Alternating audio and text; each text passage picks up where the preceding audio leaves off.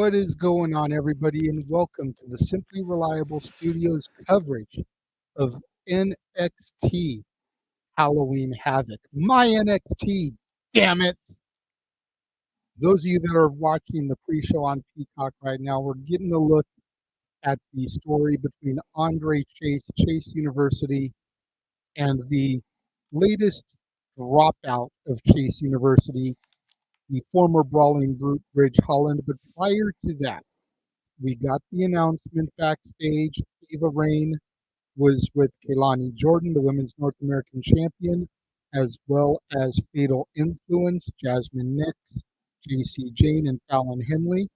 It was declared Fallon Henley would be the one taking on Kaylani Jordan. And then when the stipulation was announced, Fallon declared it would be a gauntlet match. So it'll be Kaylani versus Jasmine. If she gets past Jasmine, it'll be Kaylani versus JC. If she can successfully get past JC, it'll be Kaylani versus Fallon. We're waiting on the Simple Man Noah Foster to get here to touch on the prediction league, because the way it sounds to me is for any of you that are in the prediction league for NXT should get the bonus point if you pick Fallon Henley, because it was declared that Fallon would be the competitor before it was declared it would be a gauntlet match. Just waiting for him to get here to get confirmation. It's good to see everyone joining us in the chat.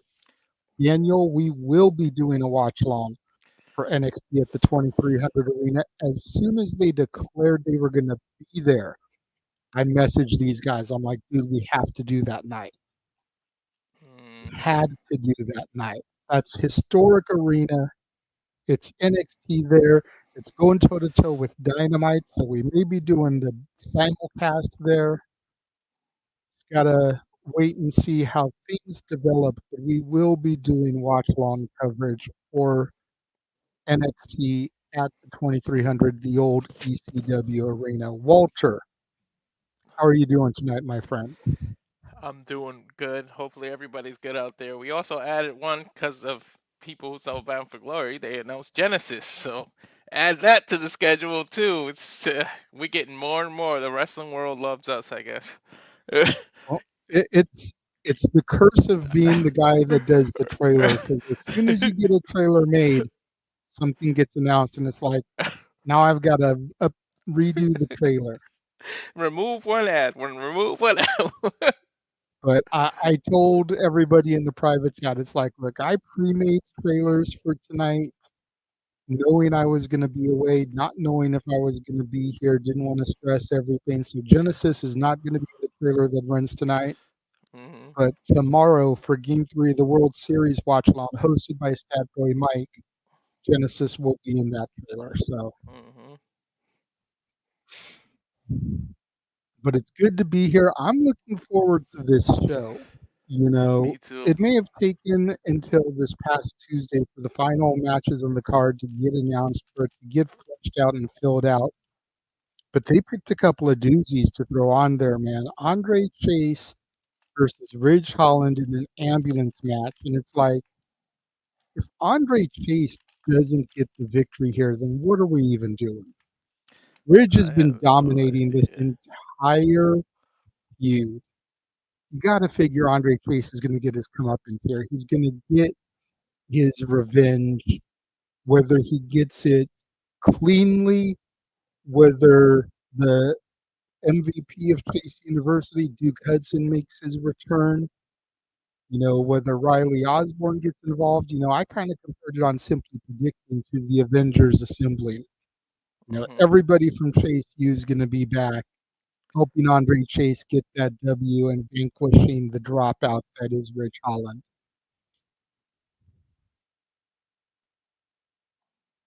Yeah, definitely. He's got to win. Otherwise, what else are you gonna do?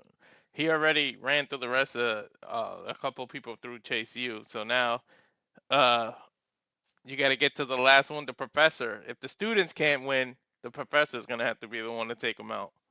Yeah, the only person Ridge didn't really touch is Thea, Yeah. and it's like if Ridge beats Andre Chase here tonight, that's really all that's left is Ridge and Thea. And I mean, granted, Thea would be even more over than she already is if she's the one to beat Ridge Holland. But I don't know how comfortable Ridge would be being in the ring with someone as tiny as Thea. I mean, Ridge Holland is a beast compared to Thea. What? Oh my God! Talk about opposites. You know, Ridge Holland is a Doberman and Thea is a Chihuahua. Exactly.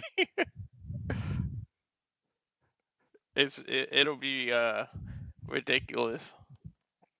So Right yeah, now, we've got the new NXT backstage announcer. I believe her name is Sarah Schreiber. I never really pay attention to her.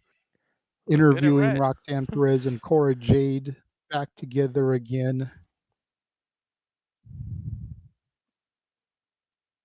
That's a nice red dress there.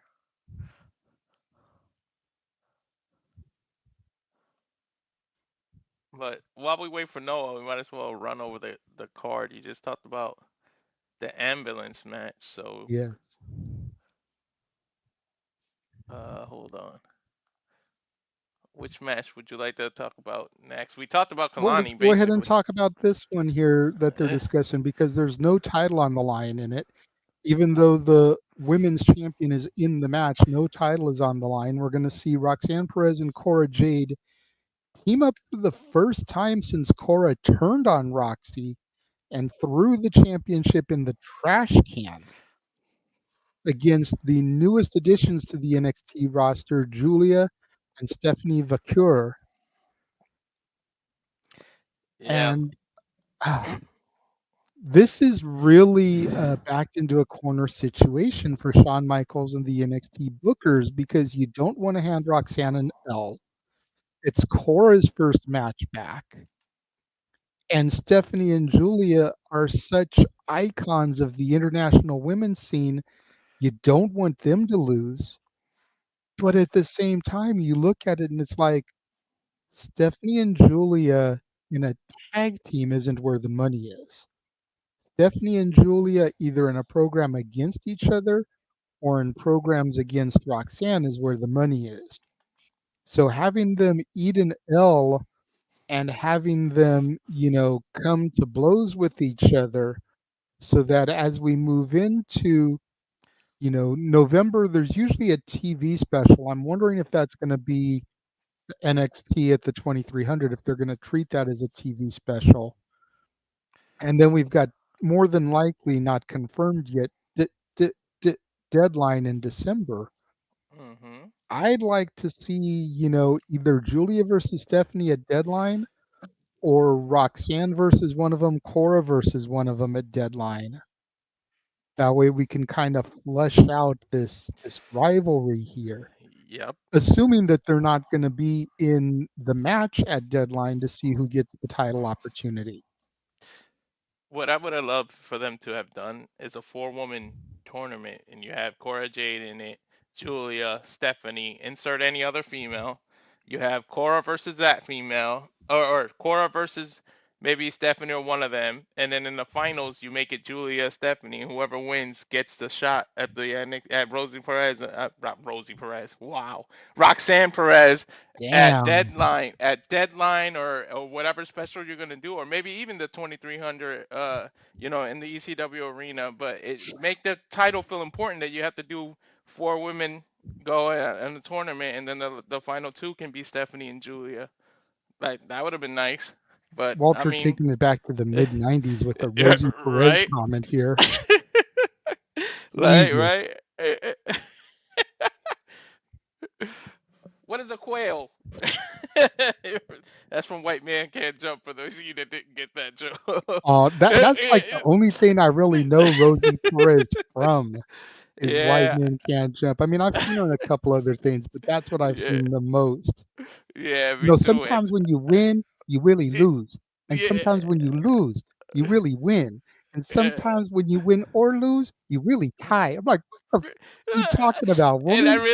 I love when you watch the edited version on TV and she wants to, her and she goes, "Let's," and then the voice dubs over, "Make love," because what she really said in the real Mm-hmm. version is Mm-hmm. hilarious. Every time I used to prefer the edited version just for that one part.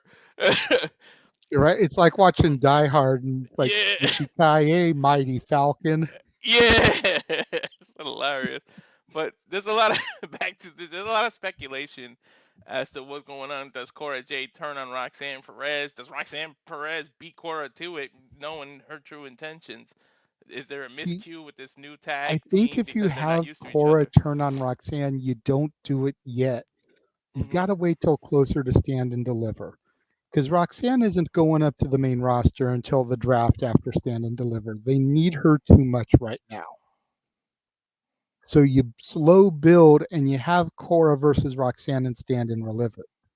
Mhm. So you don't want to pull the trigger on that turn just yet. You need them to hang around a little bit longer. You need Roxanne to trust because the minute you turn Cora on Roxanne, you make Roxy that sympathetic baby face. Yeah. I, And I you're I not said. ready to do that yet. That's the biggest issue I have with what happened last night at Bound for Glory was Rosemary turning on Wendy Chu. Wendy Chu just came back as this dark, you know, brooding heel, and now you had Rosemary turn on her. You run the risk of her becoming a sympathetic babyface again. I said the same thing. Yeah. And I was And I. enjoying this heel Wendy Chu, but Wendy Chu's not on this card. Let's move on to some other women that are on this card. Let's talk about the Women's North American Championship, which again, just prior to us coming on the air, we discovered it will be Kaylani Jordan. They announced versus Fallon Henley as the woman chosen. Then they determined it was going to be a gauntlet match. So it'll really be Kaylani versus all three members. And the order will be Kalani versus Jasmine Nix.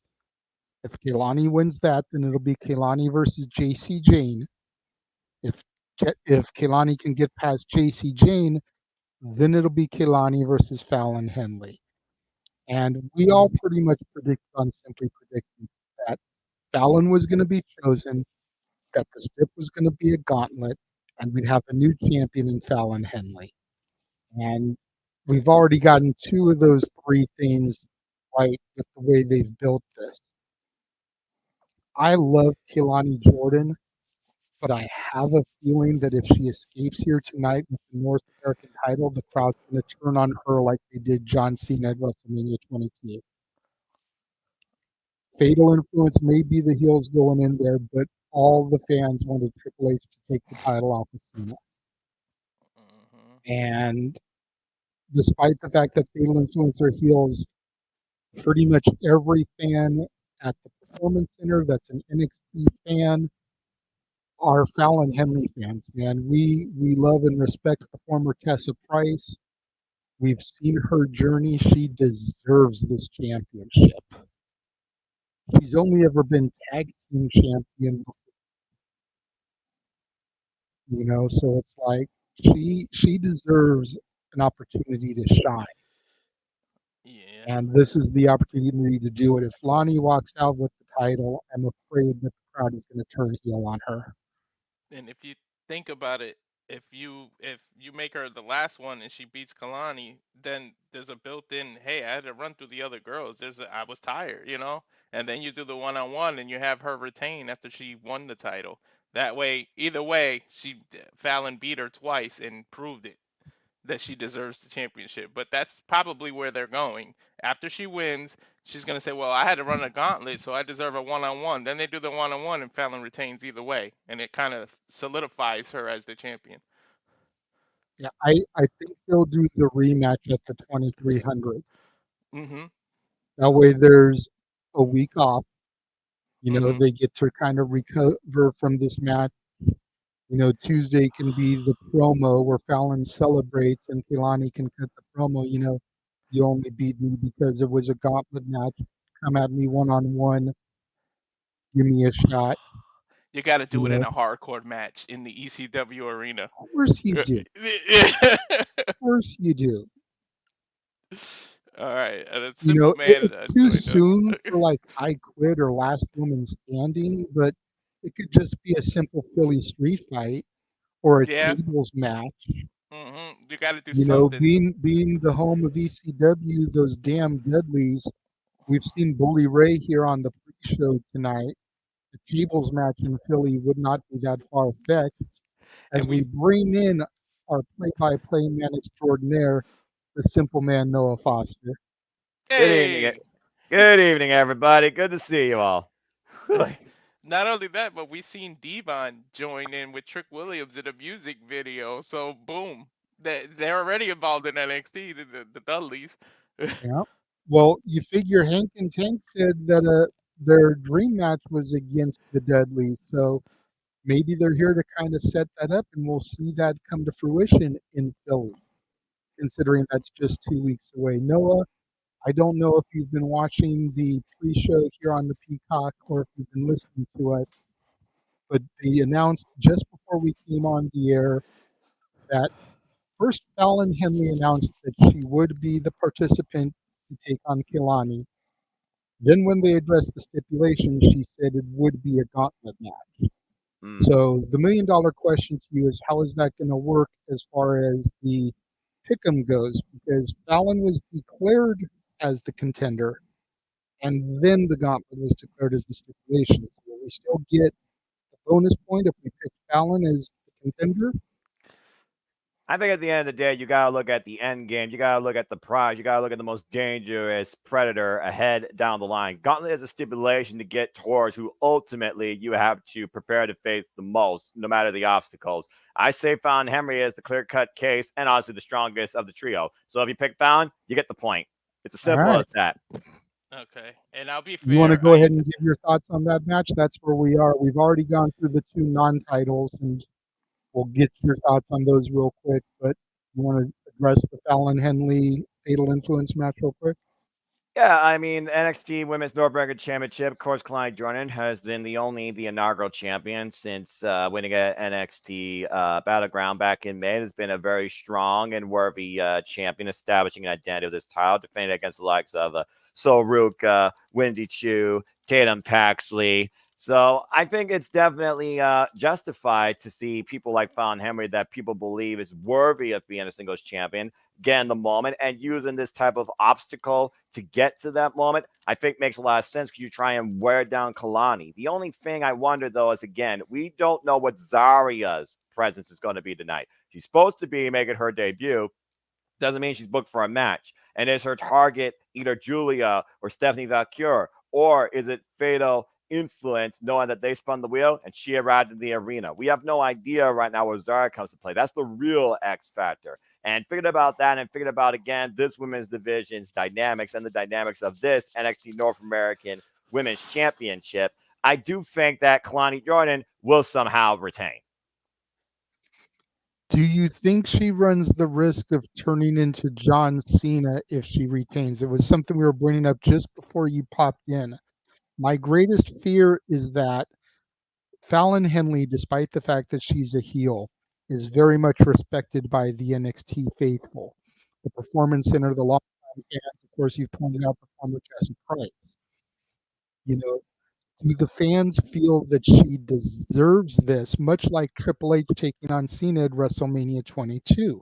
And if Kaylani can run the gauntlet and defeat all three members, does that set her up to be kind of like a super Cena, super Lonnie, and risk the crowd turning on her?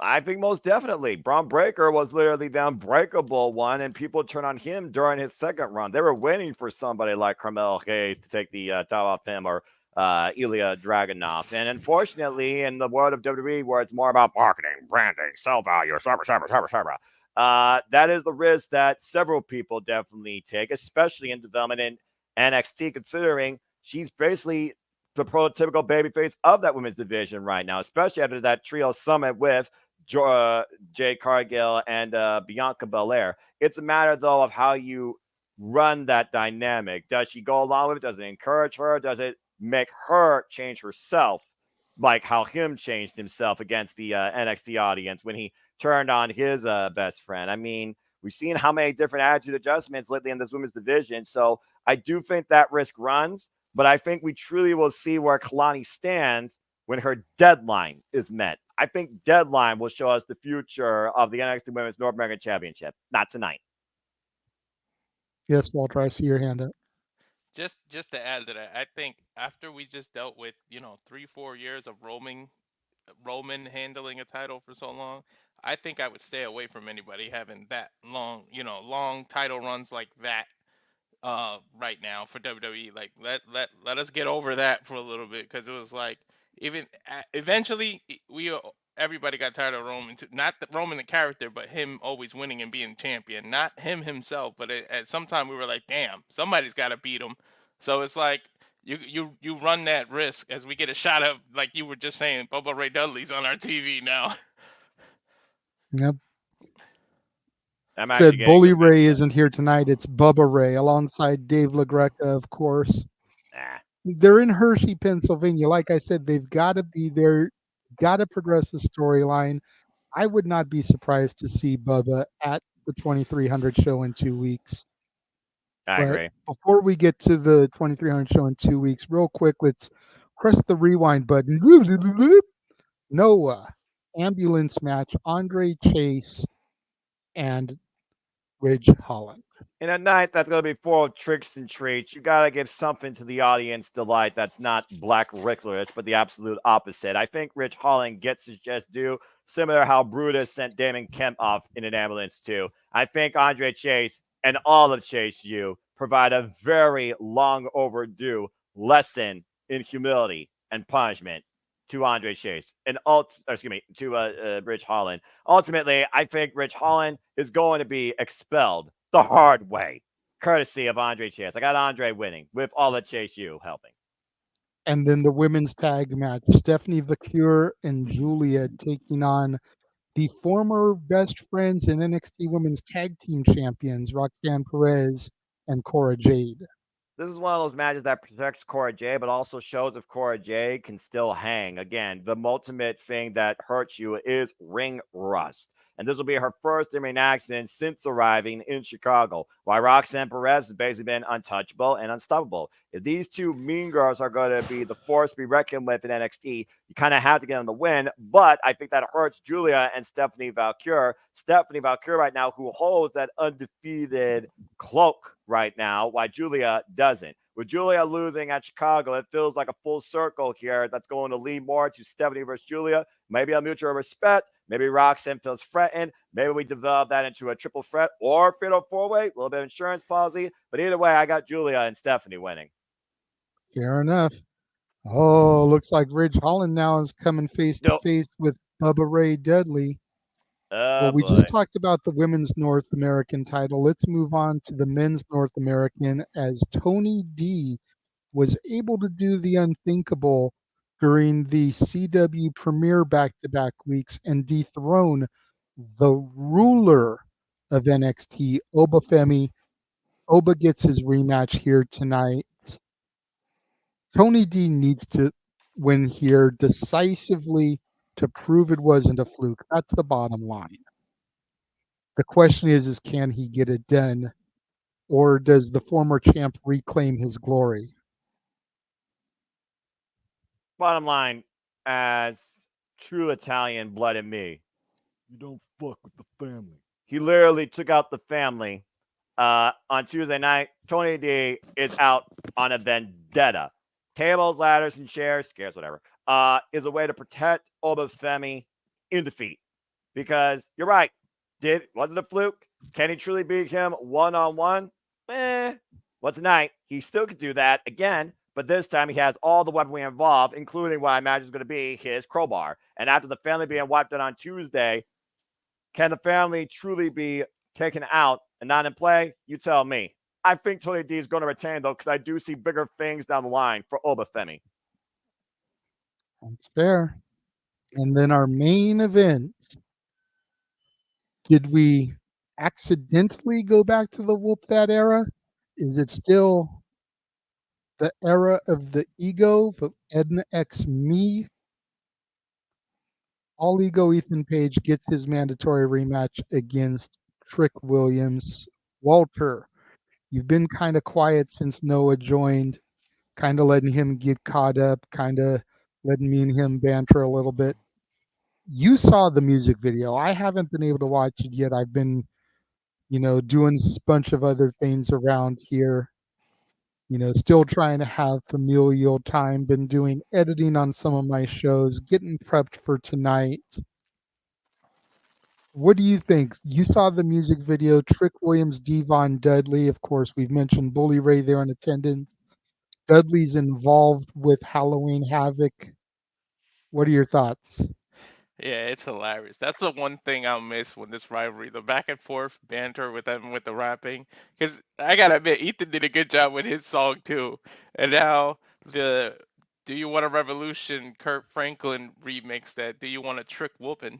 It's hilarious. It's Trick did it fine, and then you started off with Reverend Devon Dudley preaching in a church. It's like you brought him back as his old character when they separated. It's hilarious what they did, but I see Trick winning, and Ethan Page has to move on to something else because it's been a while. We've seen these two collide in some shape or form for about 3, 4 matches already. Like it's time Trick moves on to another challenger.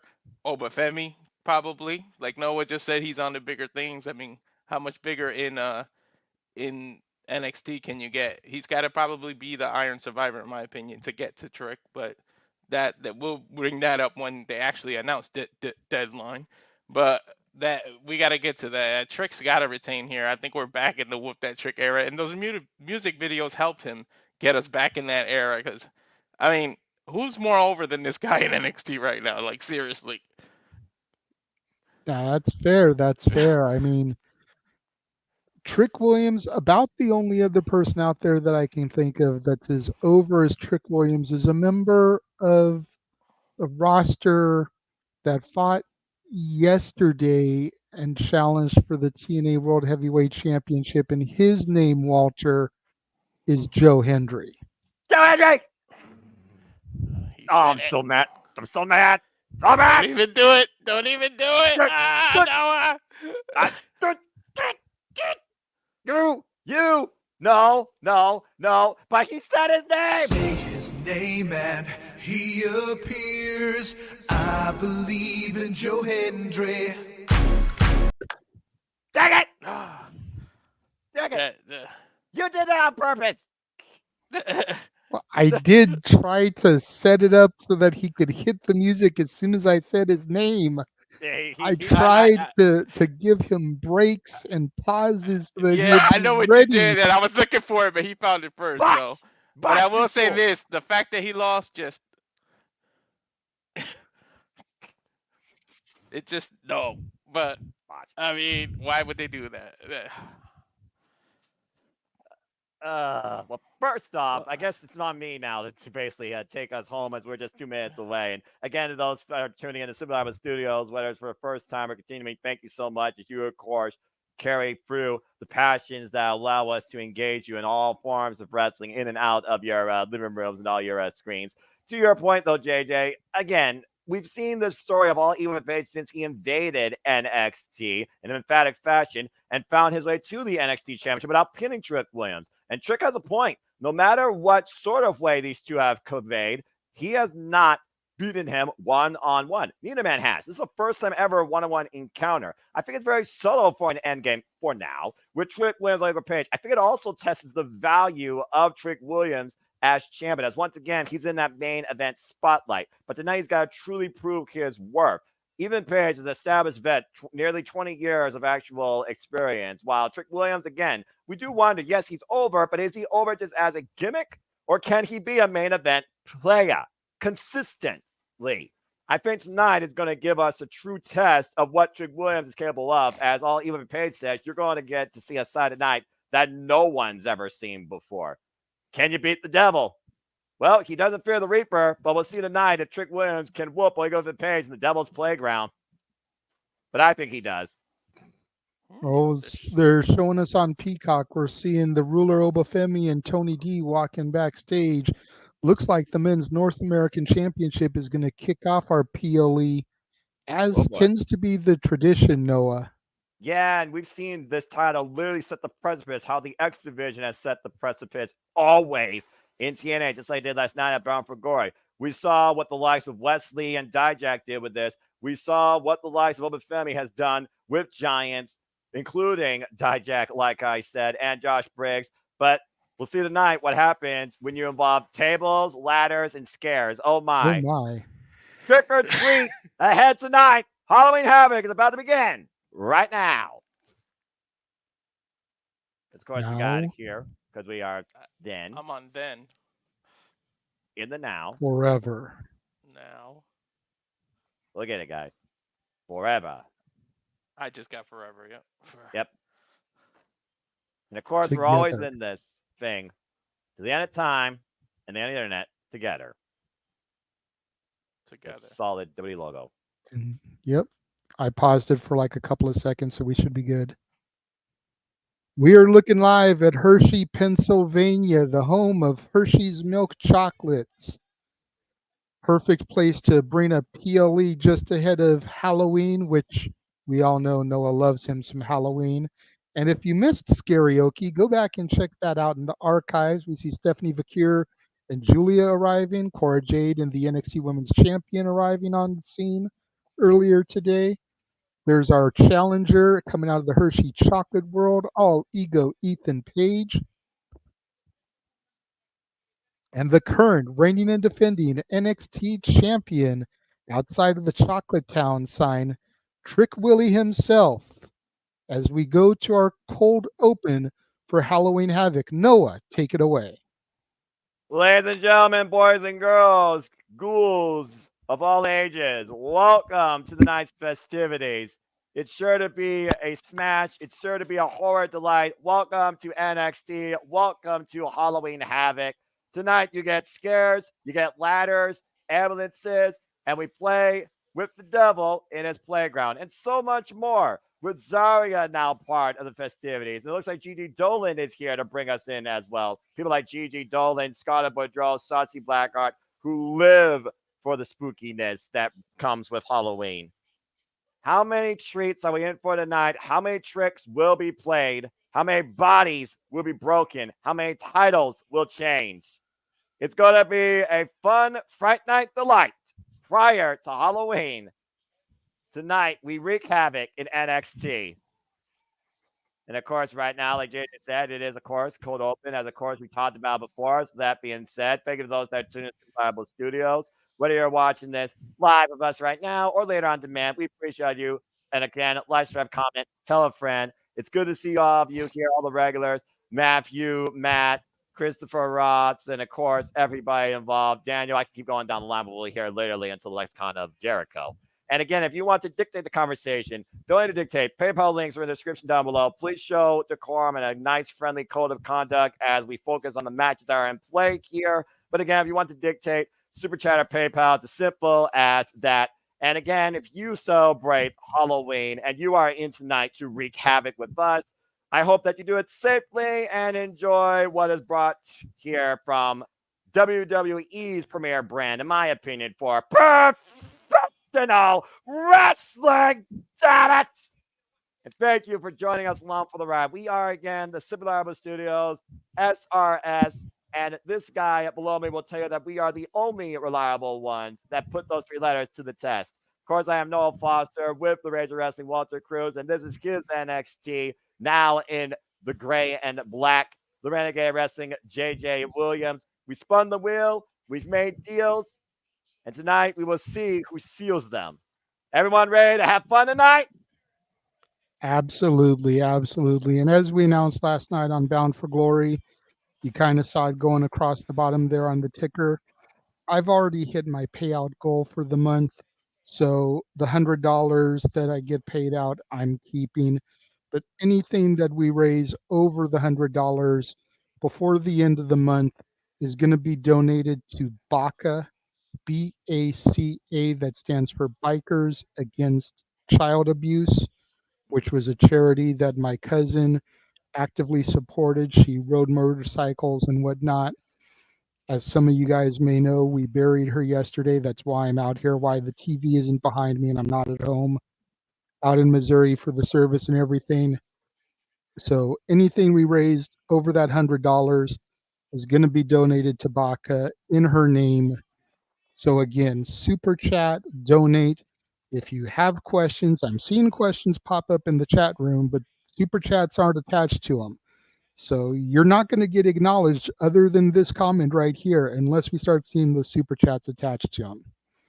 And again, if you just want to make a blank donation, Walter donated $10 last night, and I thank you for that, brother. Of course. You know, you don't even want to make a comment and just want to donate to my cousin's name, then you can do that as well. As we see the challenger for the North American Championship, the ruler of NXT, who? Obafemi. The unstoppable juggernaut and anomaly. To your point, JJ, and again, a very humble cause, and my prayers and condolences to all affected. I hope that everybody can show love and support. Where again, tomorrow's never guaranteed. Treasure your families.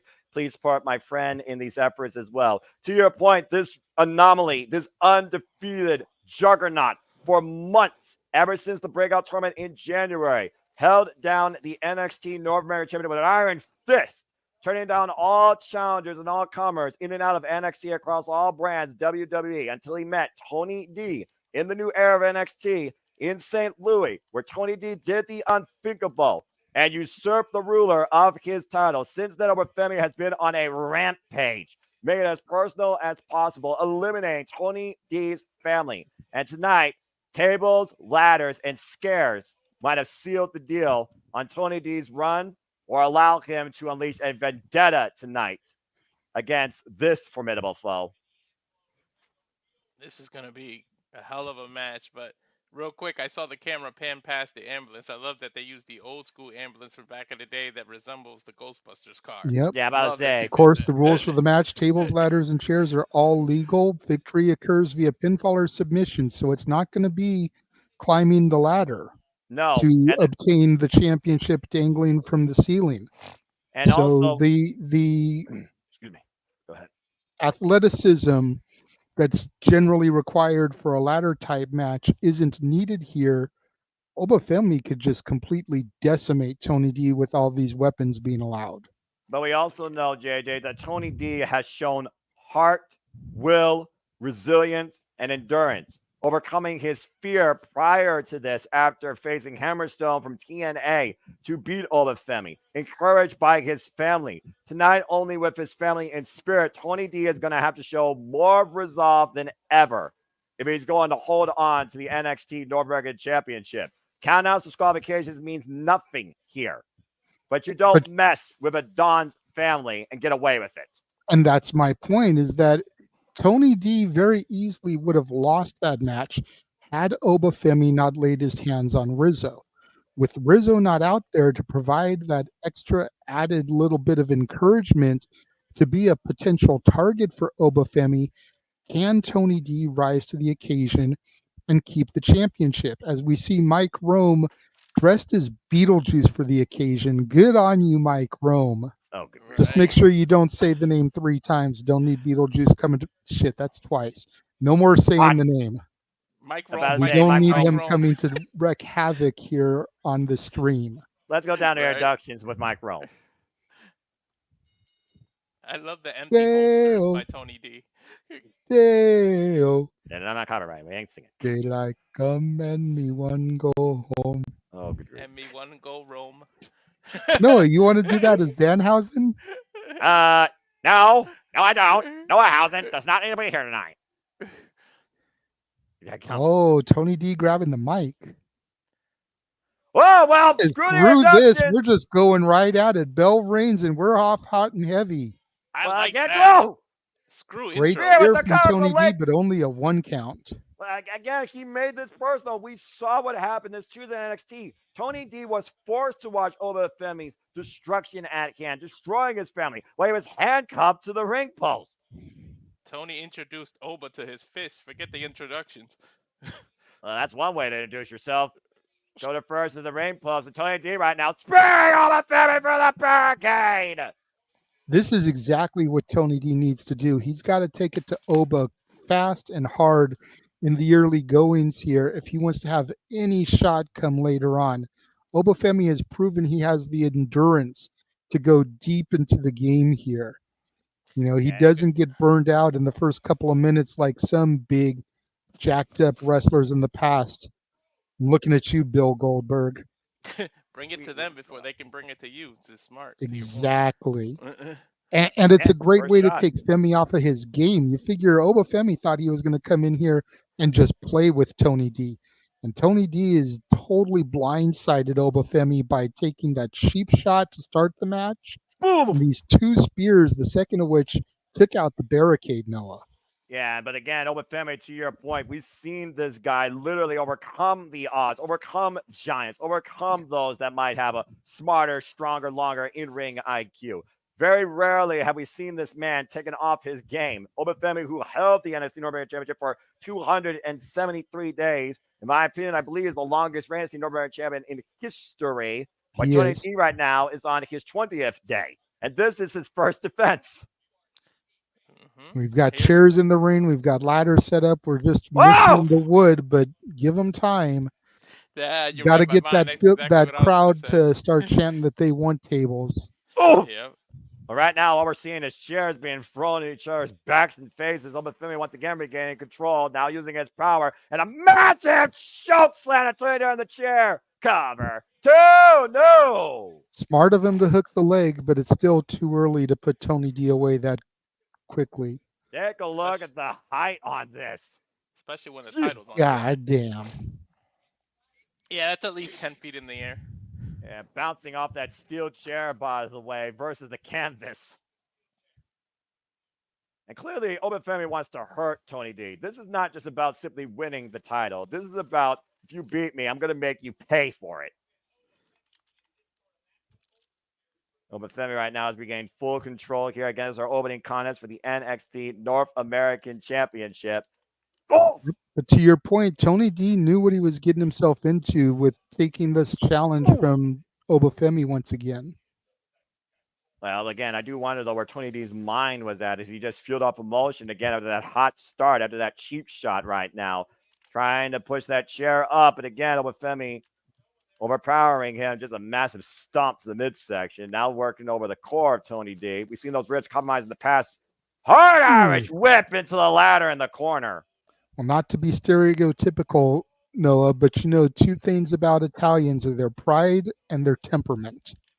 That's fair. Shout out, by the way, to the commentary and correspondence team of Vic Joseph, Booker T, Sheriff Schreiber, and Mike Rome. Again, we are here. We are the Simple Reliable Studios. Shout out to Walter Cruz, both producer and color analyst, the color analyst of his brand, Renegade Wrestling, J.D. Williams. I'm happy to be your simple man that loves and talks and acknowledges all things wrestling with the play-by-play and the acknowledgments. And again, we hope that we continue to bring this passion for years to come across all the brands of professional wrestling here for you, too. And thank you for those that are tuning in tonight to NXT Halloween Havoc on this watch-along special. And shout out, by the way, to those that tuned in and engaged last night. Of course, they were on the call of UFC and TNA Bound for Glory. I hope everybody had a great time engaging, watching, and commentating. And Obafemi right now looking to get Tony D the worst night ahead of Halloween, driving his back into the apron. Hardest part of the ring. Where wood meets steel, and it always wins every time. The spine buckles. Obafemi right now looks like the final boss right now that you have to level up to a certain degree just to have a chance to beat. Yeah, huge shout out to James and Walter. Since you mentioned 322 views just on my channel alone for Bound for Glory last night. Ooh. Well done, gentlemen. Thank you. By just bouncing off a ladder. Of course, I witnessed Full Metal Mayhem live last night between the System, the Hardys, and of course the ABC. And right now, Obafemi bringing his own Full Metal Mayhem tonight here at Halloween Havoc. And of course, it's our first match of 3 championship matches tonight. Still to come, of course, we have Kalani Jordan defending the NXT Women's North American Championship against Fatal Influences found Henry through a gauntlet. Not to mention the NXT Championship, which will likely be in the main event, as Trick Williams defends against Ali Griffin Page in the Devil's Playground, which I can only imagine what's going to breed from imagination in that from both champion and challenger. Well, Yeah. Noah, Oba's got the table, sir. Well, you did talk about the Dudleys earlier, but I don't think someone's going to be seeing a free D. What's on his mind here as he sets Plays it it up up? on Looks the like he's going to shoulders. set up that running power slam. Tony D slides down the back, though. And now the Don looking to fight back, coming out of the corner. Great agility by Obafemi. Oh, man, running uppercut. I was going to Explodes say, Tony D through the table. did you see the air that Oba got on that leapfrog? Jesus Christ, for a man his size, Cover. Kick out at 2.5. European such an uppercut into impressive the table. specimen. Hell yeah. Take a Look at- look at this running uppercut, though. All of Femi's way driving through Tony D and exploding through that table in the corner. To your point, JJ, of his athleticism, you gotta be, if you're Tony D, kind of thankful that it isn't a ladder that where you gotta climb to win the title, because he wouldn't need to get all the way to the top rung to reach that title. True, but traditionally speaking, guys built like Oba have a harder time because of their center of gravity. They're carrying more muscle mass, whereas smaller guys True. like Tony D usually have an easier opportunity. And Tony Looks D like looking for that got crowbar. a crowbar there with Obafemi. And now Tony D has to play defense here with the chair as a shield as Obafemi has his crowbar. Hey, smart. Right Use now, what you Tony got. D is believing in his field. And again, Obafemi back in the driver's seat here, exercising his will, making this equally as mental as it's been physical. Modified crossface applied here with the crowbar, bracing the face of Tony D. That crowbar literally benting, it looks like, across the jaw of the NXT North American champion. He's covering his mouth too, which is making Tony D have trouble breathing through his mouth. Yeah, literally grinding the Dawn. Tony D hanging in there, though, refusing to submit. Again, that Italian pride that we talked about, Noah. Yeah, well, your will and spirit only can take you so far when you can't breathe and you can't actively fight against it. And he's trying to fight back, trying to get up to his feet. Then a clipping shot just takes Tony D down, and Obafemi keeps control, shoots the half, hook on the near leg, and a 2 count. Not only There's was it something to be choking- said, though, about people that pass out as opposed to tapping out. Well, I agree. And not A only was he frustrated choking look. him, but he was cranking his neck at the same time. And it looks like for the first time in a while, we're seeing a very much more aggressive, violent, and frustrated side of Obafemi. Well, yeah, because Tony D has already had his number ones. Tony D, Obafemi has to beat Tony D. Tony D does not have to beat Obafemi. Yeah. And when someone shows the world the chink you have in your armor, you want to do anything to prove that it was just a fluke. But Tony D is not going to quit. I could say a lot about this NXT, but I will say that Tony D has proved to me if there's one thing he's not, it is a quitter. Tony D, you got to give credit where credit's due. And you got to be thinking about, again, his family wiped out. Stacks, Rizzo. Oh!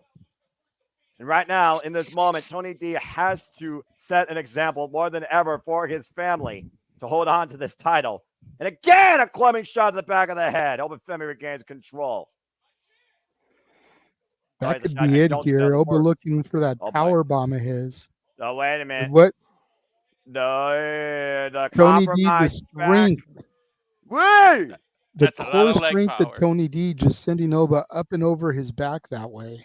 The massive back body drop. But again, how much does that take out Tony D versus Obafemi? As again, the NXT North American Championship is on the line here at our opening bout tonight at Halloween Havoc. Capacity crowd on hand in Hershey, Pennsylvania. Don't skip leg day because that was all leg. Chair the midsection now. And Obafemi tasting the steel. And Tony D's revenge. Swinging for the fences here. And a massive belly slam on the chair. And just inches away from the ladder on top of that. Yep. Whoa! Spine buster. Covers enough for the chain. No!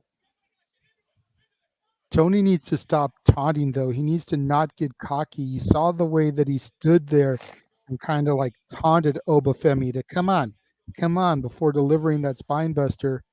You don't want to give a man as massive as Obafemi the opportunity to catch any breath. Yeah, and The the way he fact that delivered he's that. being allowed to lay in the ring right now is a huge mistake. Granted, Tony D's looking for some weaponry. He's got himself his own table, Oh boy. but we know the philosophy. He who sets it up traditionally goes for it. So watch for Mhm. Tony D to go through that table. To your point, you don't want to add any fuel to the fire. Much like Oba made the mistake by touching Riz, that gave Tony the motivation the first match to win. Now you keep giving him little rest, Oba can get some extra motivation and switch gears like Tony did. And right now, Tony D looking for a gameplay here, but Oba Femi hoisting up Tony D up on the shoulders and just planting him down. Almost a press slam of sorts. And you see Tony D again grabbing that right knee. We've seen that come into play before. Surprised Almost he. looked like he was going for an F5, but Uh, I don't know if he had a good grip or whatever. Here, look at it again. It looked like Tony D's leg got caught on Femi's head there, but he looked like he was positioning him for an F5 there. yeah, I Man, was gonna say also the same fatigue thing. might be coming into play as well. Again, like you said, that might have just been one of those moves on instinct. The most shocking thing is that he threw him to the canvas when the table was right there. And right now, I see zip ties coming into play. I saw Oh those come into no. play last night at Bound for Glory between Steve Macklin and Josh Alexander. I was just gonna say we don't need another repeat of last night. Yeah, this is going to be literally a repeat of Tuesday as well. We saw what happened on Tuesday night. And once again, Tony D has been zip tied, handcuffed, braced. And there's nothing the official can do about it underneath this match stipulation. Oh, and wait a minute. What? The The family family, gear. big boot to Stacks, just chucked Crucifino at the Ooh. ring apron there. Now Stacks goes flying into the buckles there. But all the family's taking his eyes off Tony D and look at what's happening inside the ring. Yep, Rizzo's in there checking on Tony D, trying to help free him. Oh, he's now got his eyes on Rizzo. She needs to find some pliers or some scissors quick. She needs to get out Table of the is set ring. up right there behind her too. Could Rizzo be the one to eat the wood? Would Obafemi attack a woman is the other question here. We To saw your what point happened, earlier, though, but we don't know JJ. for sure it was Obafemi. JJ made the point earlier, though. Do you really want to do that? Because all you're gonna do is fuel Tony D again. Oh boy. Rizzo slowly backing up. Tony D telling her, "Don't you put your hands on her." And now Obafemi's caught eyes of the table. That threats don't mean nothing when you can do nothing about it. I think he'll get motivated enough to rip those right off his arm and pull himself away. Right now, she needs to get out of the ring. She is in serious jeopardy if she doesn't get out of the ring. Very This wise may not move. be Philly. This may not be the ECW arena. That's 2 weeks away. But women in Pennsylvania tend to be a little bit more extreme. And now Rizzo's got the crowbar in order to try and defend herself. She is shaking And to death, and Obafemi just Obafemi. quickly takes that from her. But notice, though, that ladder bridge still over there, and Tony D just freed himself! He broke free, and Tony D! Oh my God! Spear through the ladder bridge! Referee checking on Obafemi, making sure he didn't bang his head too much. Concussion protocols. He made the same mistake again, JJ. He got caught up with Rizzo, took his eyes off of Tony D. When we talked about before, he's not just fighting with him. He's not just fighting to defend his title. He's fighting for the pride of his family. An injury and well-being be damned. And Tony D refused to be a night again. Oh, God, went down a clothesline. Just got decked. Oh, no. Oh, Pop hell. up powerbomb, Power Kevin Owens bomb. style. Cover two. No. But again, Somehow, to the canvas. some way, Tony D kicked out. To the canvas and not the table. I would have put him through the table at that point. That's just heart. That's just heart and will right there of our NXT North American champion. Take a look at this. Look at the elevation. Planted. Got to save the table for the final spot, Walter. That's and true. again, looking for that powerbomb, maybe the table. Oh, that clubbing shot. Crowbar back of the head by Rizzo. Oof. And the whole family got him some. Free D with a chair. Almost rocked Tony D. Hoisting up all the family, planted through that table. Forget about it. Cover. The family retains the title. You mess with one, you mess with the whole family. V for Vendetta. That's how Tony we are. D delivers tonight against Obafemi, family style, and still NXT North American champion. You reap what you sow. That's one for me.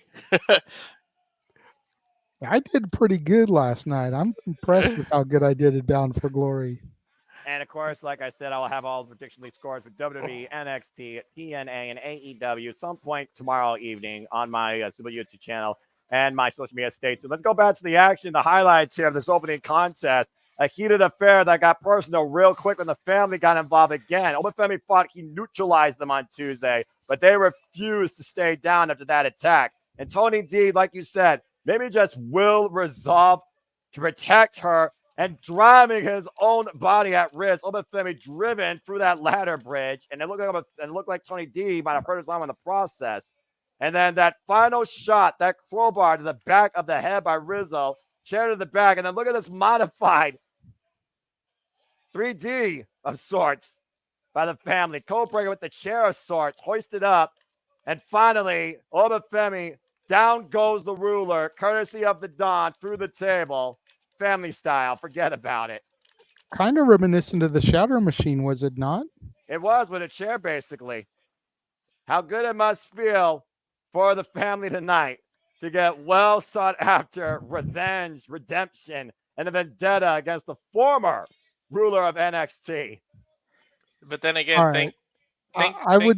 I would be remiss in not asking this, Noah. I know you're not a big fan of love story angles. But this is now the second time, specifically against Obafemi, that Rizzo has put herself on the line for Tony D. And it's the second time that Tony D has stuck his neck out to save Rizzo. Could we possibly be developing something here? Or is it just the leader of the family protecting his own? I think it's just because where I sit, it almost looks like, Rizzo's a little bit more emotional than maybe she should be at this matchup. I'm wondering if there's a little bit of a connection getting ready to start being blossoming between these two. When the moon hits your eyes. I mean, you know what? It's Italy. Italy is one of the love capitals of the world. It almost writes itself. You might be onto something, but to that for now, I'm just going to say, bleh. But it wouldn't surprise me, especially because when you look at the pride that Rizzo put her own body and well-being on the line to save the Don and preserve the title, there's got to be something more there. Who knows? There might be more that meets the eye, but we'll see. As we're one match in and 4 to go, again, folks, we have a huge schedule ahead, and we'll talk more about that later. Of course, WrestleMania will take place from the entertainment capital of the world, Sin City, Las Vegas Legion Stadium. That will be April 19th and 20th next year, 4:20 Eastern. One of these things doesn't belong here. Stay tuned for more on that, and also this coming weekend, we will see who is truly the crown jewel of WWE. Saturday, special start time, 1 p.m. Eastern Standard Time. WWE brings us Crown Jewel. Stay tuned for more on that, as well as City Predicting and so much more activities coming up here at the Simply Reliable Studios. And just look at some comments real quick. Matthew said that Vic Joseph called it the Sad Machine, so good call, JJ. And Daniel believes that Oba can now go for the NXT Championship. We talked about during City Predicting, guys, how we thought that Oba is reaching a deadline on reaching the next summit to the ultimate throne of your brand, JJ. Tonight very well could have been that. Exactly. And again, any super chats or donations that are received between now and the end of the month going to Bikers Against Child Abuse in my cousin's name. Super chat, it's as simple as that. And I can't encourage that enough. And again, folks, we talk about family pride. We talk about the value of family. Again, can't say it enough. Treasure your family, support one another, respect each other, appreciate what you have today, because tomorrow is never guaranteed. Anything could take away from you at a moment's notice. Life is just a vapor. Do not take it for granted, nor those around you. That's true. So while we have this moment here and we're seeing these commercials, Noah, do you want to talk a little bit about your experience at Bound for Glory last night? Oh yeah, absolutely. TNA Bound for Glory. There is nothing like the Impact Zone Live. I'll tell you what. When you're looking at raw, unfiltered passion, and it feels like an earthquake with over 3,000 people, the TNA faithful gathered out in spades and went above and beyond ticket expectations. It was a wonderful experience. It is truly the heart of professional wrestling, where professional wrestling lives to the highest degree. I love the humbling honoring of Bob Ryder, inducted by Eric Young. Detroit's own Rhino, inducted by Tommy Dreamer, ECW. Go figure. Freaking the least night in Philly, so all the ECW originals. Good grief almighty, not name RVD. Anyway, it was a very humble speech, and Rhino, again, who literally says he will eat, sleep, live, die, and breathe for life in Detroit. Thanking everybody, all the companies he's worked for, all the people he's worked with, whether it's WWE, ECW, TNA, bringing up names like Sting, Double J, Jeff Jarrett, RVD, all the ECW originals and the TNA originals. Then, of course, we had the Call The Your stuff Shot he gauntlet. said at about Heath Slater kind of tugged at the heartstrings. Yeah, about to say again. Well, he's got kids, but also how he helped him during that time where one of his family members, of course, were facing the big C that has claimed so many, cancer, and it was just that happiness of seeing Rhino have that moment with Keith on the road, up and down on the television that just kept giving him continued life, both respectfully, and of course talking about how much his wife and his daughter encouraged him as always. Again, Rhino, who's the man? Now Hall of Famer. Absolutely deserved. Very humbling speech. I loved every minute. I kind of wish we gored Tommy Dreamer just to keep the trend up when Tommy Dreamer gets We wiped said that out. last night. No, me The and James first were time, calling for it. first time he did get freaking. I was kind of upset, but at When least when Rhino came out in the Call Your Shot gauntlet, We thought I said Tommy was going to be Tommy should have next. been next Yeah. so that he can do it. yeah. Well, he still gored somebody out of their boots during the Call Your Shot gauntlet, which again, that was kind of fun. And Tasha Steelz gave Rhino a moment, so there you go. Jeez, oh please. Anyway, we're back here on NXT, so I will pause before I go into the main card of Bound for Glory. No, it's all good. We just got Lexis Keene talking to Sarah Schreiber. It's nothing that's going to have anything to do with tonight, apparently. So, The king Well, of beards. it's going to probably have implications with Tuesday night. NXT oh, 2. William Regal, though. What? I'll be your corner, man. What? What? Oh. Lord Regal. Regal saying the apple doesn't fall far from the tree, and he knew Lexis's father, of course, the late Brian great Pillman. flying Brian Pillman.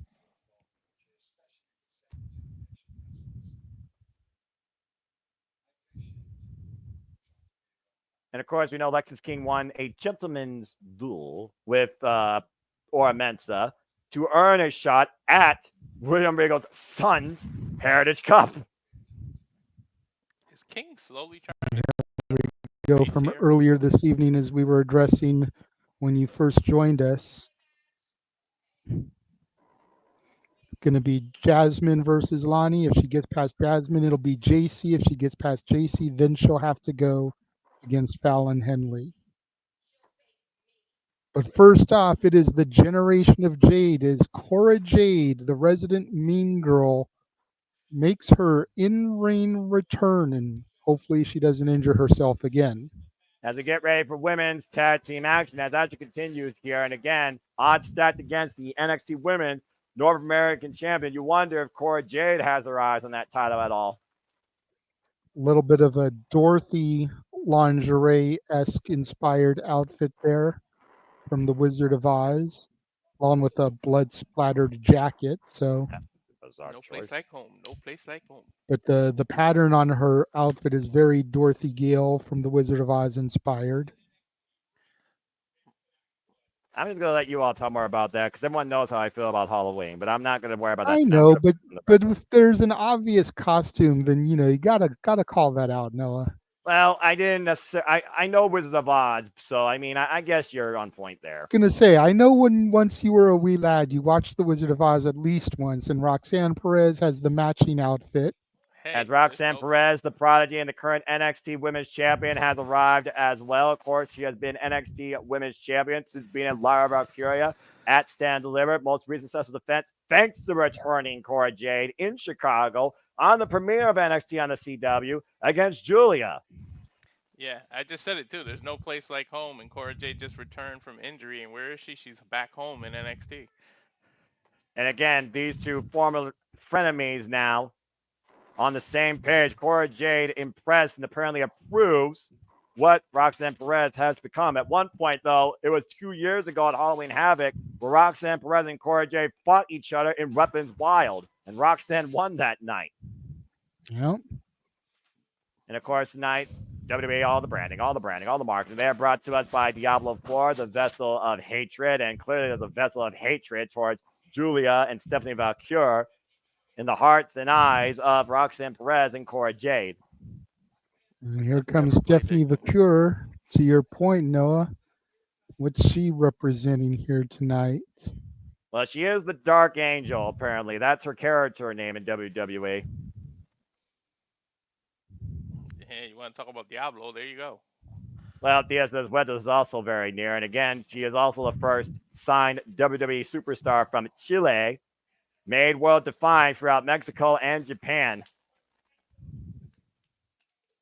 La Primera, Stephanie Valkyrie, former CMLL Women's World Champion, former NWA Strong Women's Champion. The title she beat her tag partner for, and they became best friends since. Speaking of which, here comes that beautiful madness in Julia. Julia, of course, who was bullied as a child, being born in England, but of course, half her family Italian born, the other half Japanese born, transcended to the wrestling landscape in her time in Ice Ribbon and particularly Stardom, leading Donna Del Mondo, Women of the World, former World of Stardom champion. And one of the biggest acquisitions this year to the WWE Women's roster in NXT. Who would have thought we would see these teams together Trying to when it was figure out announced their that they were gonna, costumes. Stephanie Vacure's the color green that she's using in the singlet kind of give off Cammy vibes from Street Fighter. Yeah, and Julia gives off Scorpion a little. Yeah, that's kind of what I was thinking there with that face mask. Again, the fashionista that is Julia, unmatched by many in her beautiful madness. It's not just a gimmick name, folks. A dream team here gathered tonight in NXT. Two worlds. Stephanie might be a little bit of a Dia de los Muertos, like with how her Well, face. yeah, the face paint is Yeah. definitely Dia de los Muertos. But like I said, that singlet is definitely giving off Cammy vibes. Yep. And then the high holstered thighs kind of gives off Laura Croft vibes.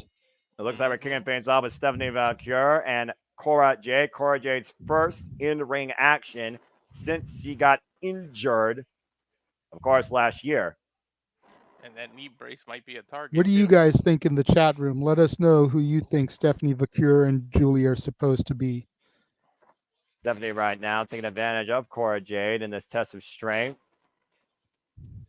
Great reversal there by Cora Jade. It's easy to do some knuckle lock submissions, though. It'd be a little bigger test when she starts having to hit the ropes, see what kind of rust she may have. Tag made to Julia now. Julia Legal, of course, Julia, who again came on to NXT prior to Stephanie Valkyrie. And you know, Stephanie Valkyrie still currently right now undefeated though in NXT. While Julia, of course, had her first loss in Chicago against Roxanne Perez. And Roxanne, tonight she doesn't have to worry about the title, but she has to consider that again, if Julia or Stephanie get the win, regardless if it's pinned on her or Cora, that has to put one of those two back in NXT Women's Championship contention. Tag. Absolutely. And to Daniel's point, Julia's gear, he says, kind of looks like Scorpina from the Power Rangers. I could see that a little bit. You know, Power Rangers, of course, starting out as Super Sentai, a Japanese show. Julia representing the Japanese wrestling style. I could see the connection there. Shout out to Attila, by the way. Get well soon. Follow her, folks, when it's wrestling time as she talks Mighty Morphin stuff about Power Rangers and all sorts of things wrestling. And I've speaking been of meaning to wrestling, ask, was she there yesterday? I didn't see her in any of your pictures. no, she wasn't. She told me about it. And again, I just hope that she enjoyed the pay-per-view wherever she was. And I hope that she is fully well to give us a cover. 1 count. And That speaking of, sucks. again, wrestling, yeah. I do hope that Nola maybe one day will unite. Maybe we'll unite when the clock hits 0 randomly in some random location. Of course, we'll be covering the World Rumble up in Indianapolis. Whether or not I'm going, no idea. That'll be February 1st next year. Great counter here by Stephanie. Good bridge. Cover. 2 counts. Double leg Nelson applied. I kind of want to go, but I Cover. just bought a house, so money's a little tight. Cover. Priorities over passions, Walter, all the time as I live by. Body straw cradle attempt here by Roxanne. Now changing position, looking for her own double leg Nelson with a bridge, a 2 count. And now, right now, trapped in a submission. Oh, we've seen this before. Driving Roxanne's head into the mat. You know, pretty soon Stephanie and Julia are going to test that knee to see how much Cora Jade really recovered. And right now they're testing Roxanne's nose. Cover by Stephanie again, up in her leg, 1 count. Disorientating her opponent. Just driving her face first in the mat. Cutting off the circulation to the brain in a modified triangle. It starts tapping out to Julia. Julia and Stephanie working well as a unit, tagging frequent in and out as if they were an experienced team. Even though this is the first time they've teamed each other together. very well during their rivalry. Tiger feint kick during Stardom, and right in the back of the head with a knee strike, and that's what really established this chemistry in the first place. You can go back and watch their match, massive super kick on YouTube when Stephanie beat Julia. Oh, shades of the Outrunners there with that elbow. Top Gadgets! Sorry, Look at that double team moves. They're a well-oiled machine right now. I know. Look at this again. The 619 right into that knee strike. Boom. Getting back to the actual main match, though. Cazadora, the roper, though, by Roxanne. Looking to turn it right around. Again, the Prodigy, former Ring of Honor Women's World Champion, of course. Reality of Wrestling Diamond Champion. Covered here by Julia. 2 count. Great reversal there off the submission. Whoa. Trying to lock her in that crippler crossface that Roxanne is known for, but Julia able to counter. Now Julia's got her in the STF. Stephanie looking for the save, and Stephanie intercepted by Cora Jade. We might have a double submission in play here. Both Roxanne Perez and Cora Jade in a world of trouble right now. Julia and Roxanne still legal. They're close enough I was to the going rope. to say, though. remember who the legal is. Roxanne is legal, and she's way too close to the rope. No, there was no way there was going to be a submission right there. Yeah, Roxanne and Julia both rolling to the outside, trying to get some space here. Yeah, the long-term tenured NXT women participants here on the back burner need to reestablish a game plan here. I don't think Roxanne and Cora expected them to the other two to work so well together. It's kind of shocking, and it took them off their game. Whoop. You know what, Daniel? That's a fair shout. I forgot about that. I've only seen The Shining once. Daniel pointed out that Roxanne and Cora look like the twins from The Shining. Okay, that I actually can look at more, seeing that blue and white. That I do understand that reference. So I'm seeing that reference. I understand what you're calling. Yeah, there. I see that one the too. top rope missile drop kick. Cover, high stag, and 2 count on Roxanne. Fire that cameraman that changed camera angles there. Look at this beautiful missile drop kick. Sent Roxanne Perez into the other time zone. Big boot, push forward. Right on the chin, Irish whip reversal. Irish whip, Julia sent off on the ropes. And Cora Jade with the ankle pick, distraction. And Roxanne taking advantage. And to your point, Jay, the official didn't see it. Now we got a double team here on Julia. Of course, you can't call what you don't see, and that was great double team work by the former NXT Women's Tag Team Champions. You call it a great team. I call it desperate measures. You ain't cheating. You ain't trying if you ain't cheating. Massive you call it whatever you want to. It was effective, Noah. That's what you always say to me. Fair enough. Rising knee strikes now by Cora Jade to Julia, and Roxanne. Oh, and Cora. Shotgun drop kick. Taking advantage. Cora with the cover hooked in her leg. It's a 2 count on Julia. I like the way Julia bounced off that middle rope there, coming off of that shotgun drop kick there by Roxy. Yeah, even though we got all the tricks and treats tonight, this match might as well be taken to the extreme. And we'll take NXT to the extreme for the 24 Arena, and we'll cover that Wednesday, November 6th, folks. Stay tuned for more on that when NXT comes to us from the home of ECW for the first time ever, Wednesday, November 6th. Cora Jade with the cover again, hooked in their leg. It's a 2 count. I don't know about you guys, but I see no ring rust from Cora Jade at all. Well, again, I definitely see her moving a little bit slower than she used to. That. But other than that, I will give that to you, Walter. Yeah, Hmm. You know, Cora I don't Jade. know if it's, just being cautious because of her knee injuries. Like I said, a little bit slower, but as far as her bumping ability and her timing, she's still right on par. And Hmm. they always say, it's one thing to be physically fit, it's another thing to be in ring shape. And Yeah, and Cora again, Yeah. still this looks like she's in ring shape because she's not getting blown up or anything.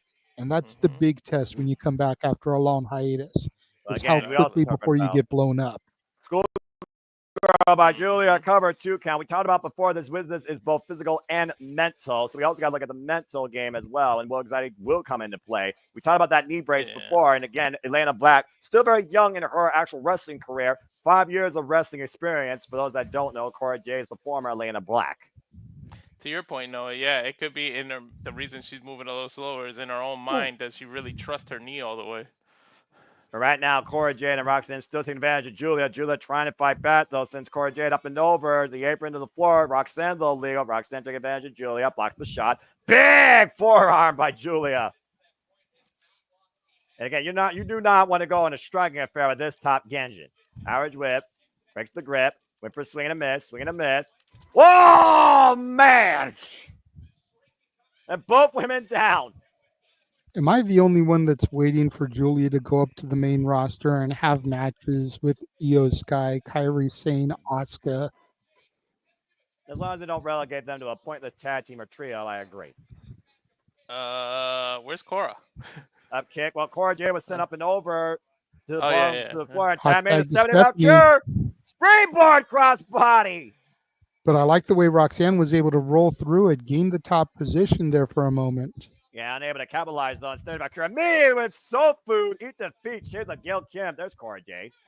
And referee, watch out. Cora Jade sent in the corner, and Stephanie right now headbanging with Cora Jade. Oh wow, an intelligent Relentless referee assault. who knows how to move out of the way.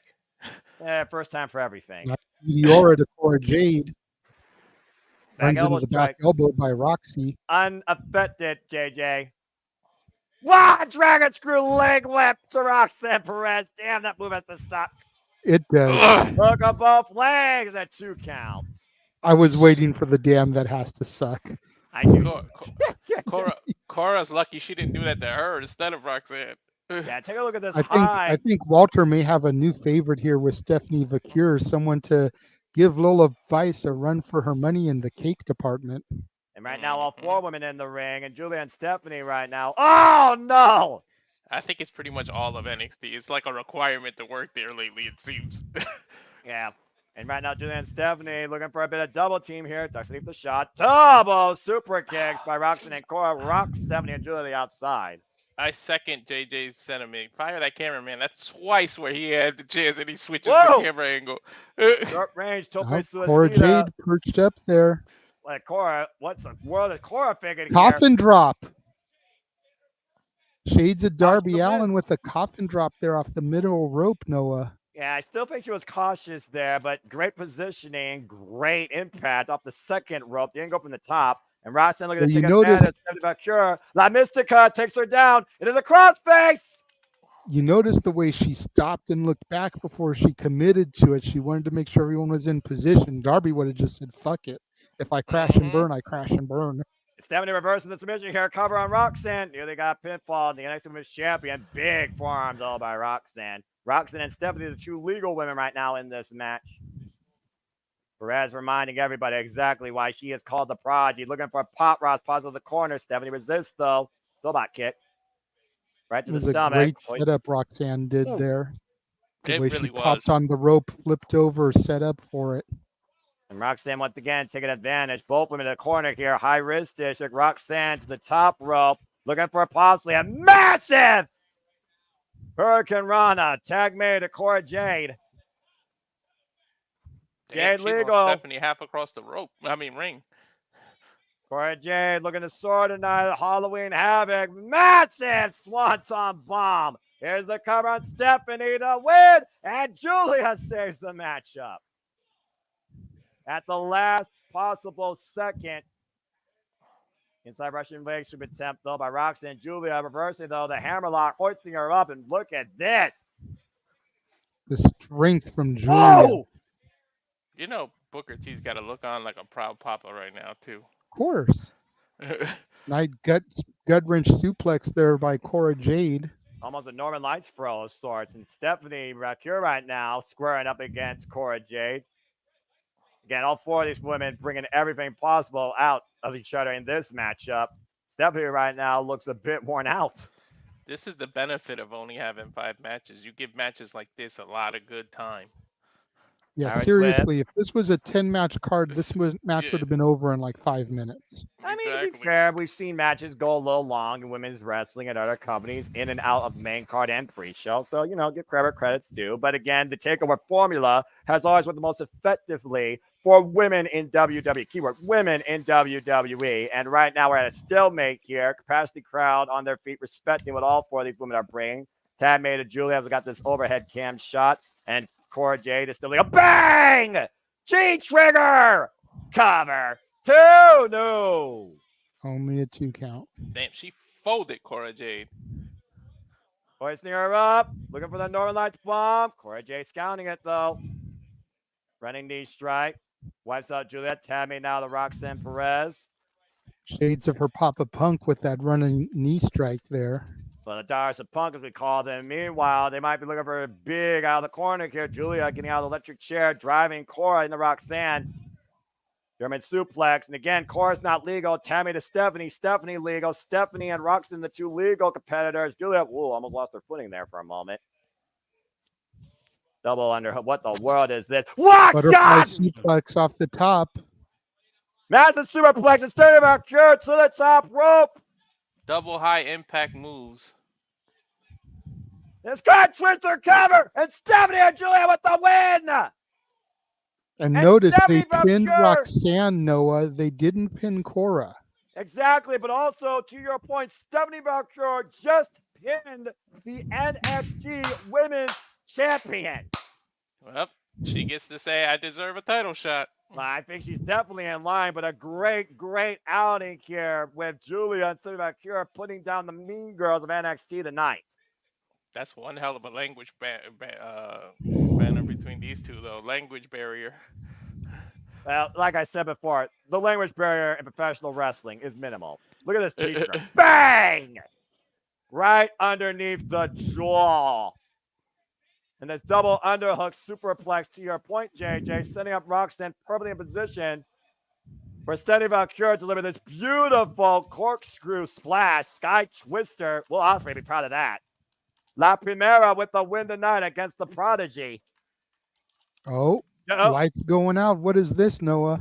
I did mention another name earlier that has arrived at the NXT scene from Australia, the former Delta. You want to talk about something out of a Mad Max movie? Say hello to Zarya. Oh, boy. The question is, who's our first target? There she is. There she is. Well, if you want to make a big impact, you go after Stephanie, Julia, the big names. Yeah, look at the names of this NXT women's roster and look at the possible obstacles that Roxanne Perez has to deal with. Julia, Stephanie Valkyrie, and now Zarya. As we go to the commercial. Phenomenal women's tag team match. And of course, this Saturday, folks, we will see who will be the crown jewel of WWE. If you want to hear me roast, PayPal me, super chat, simple as that. But it will be Gunther versus Cody Rhodes, Ajax, versus Liv Morgan, and so much more as we will crown the first ever crown jewel champion this Saturday from Saudi Arabia. Stay tuned for our coverage of WWE Crown Jewel, November 2nd, 1 p.m. Eastern Standard Time. We'll have a kickoff probably 12:30 p.m. because we're not crazy. Yeah, aside from that stupid crown jewel title thing, the card itself is pretty much getting stacked up. I don't mind this PLE besides the stupid champion versus champion part. I'm never cared for Saudi women's tag team title match has me shook.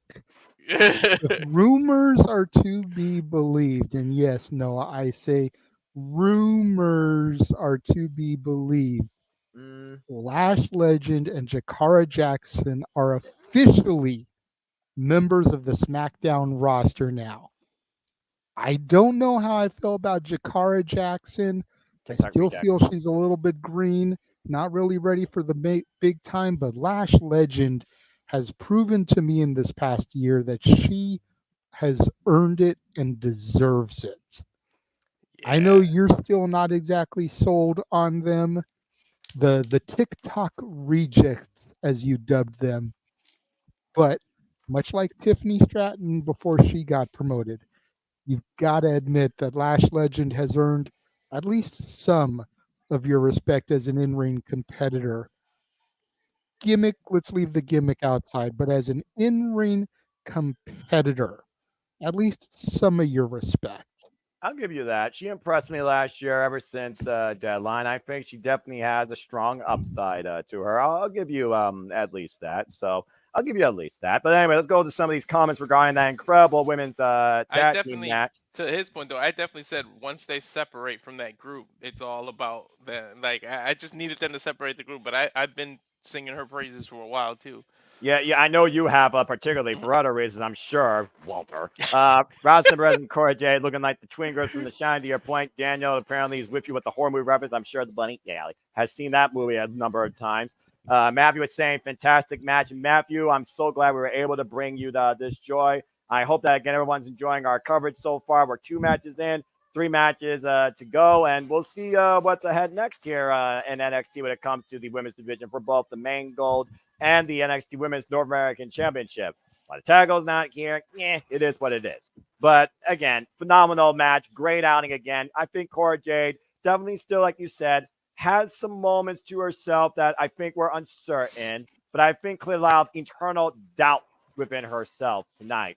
And I think it was Roxanne that definitely helped because Roxanne, to your point, took multiple bumps. But again, we saw what happened when she took that G trigger, though. That was a hell of a bump than a screenshot.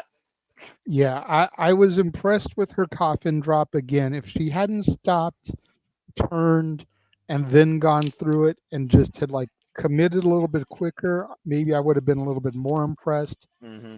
But that's definitely something new to her skill set. So the fact that she's evolving her bumps and the risks she's willing to take coming off into her first match off of an injury like that, I give Cora some props.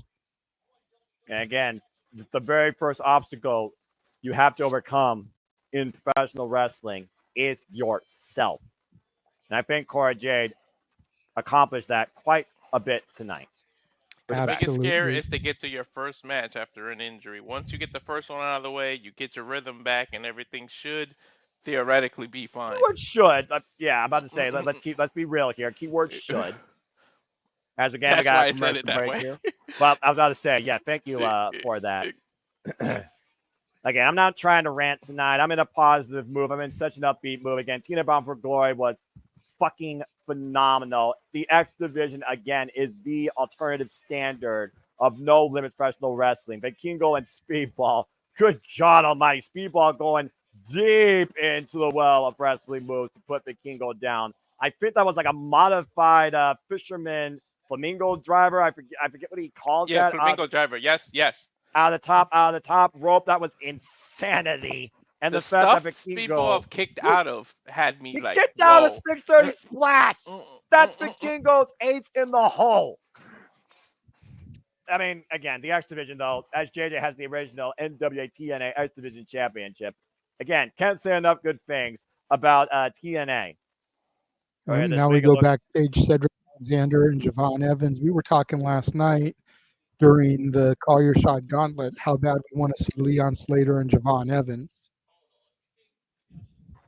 Yeah, I was hoping that Leon Slater would be a surprise entrant in the Call Your Shot Gauntlet. So at least my primary one. I mean, again, if everyone picked Kazarian, who low blowed Rhino in the end to get the win, son of my gun.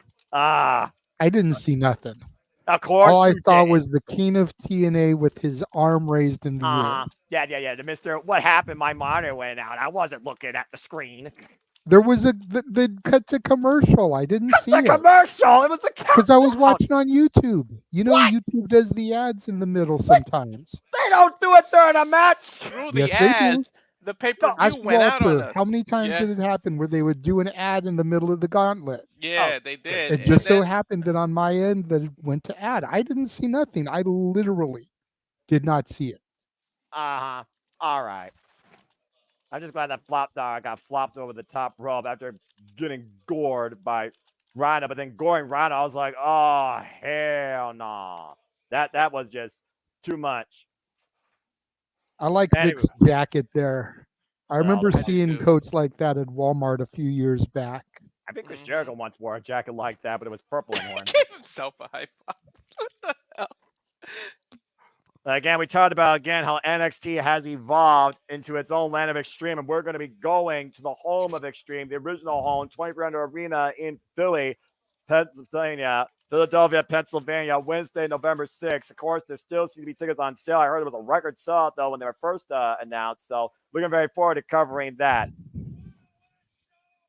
And it looks like we're going in the audience with Dave LaGreca and Bubba Ray Dudley. Of course, you can always catch them on Busted Open alongside Tommy Dreamer, La Mera Thunder Rosa at times, and Mark Henry.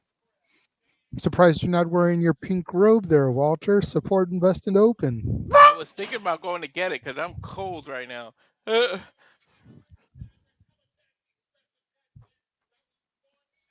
Again, what can you say about the aura right now that Zarya is bringing to NXT? Hasn't laid a finger on anybody yet. And again, who's her target? Who's not her target? Probably is a better question.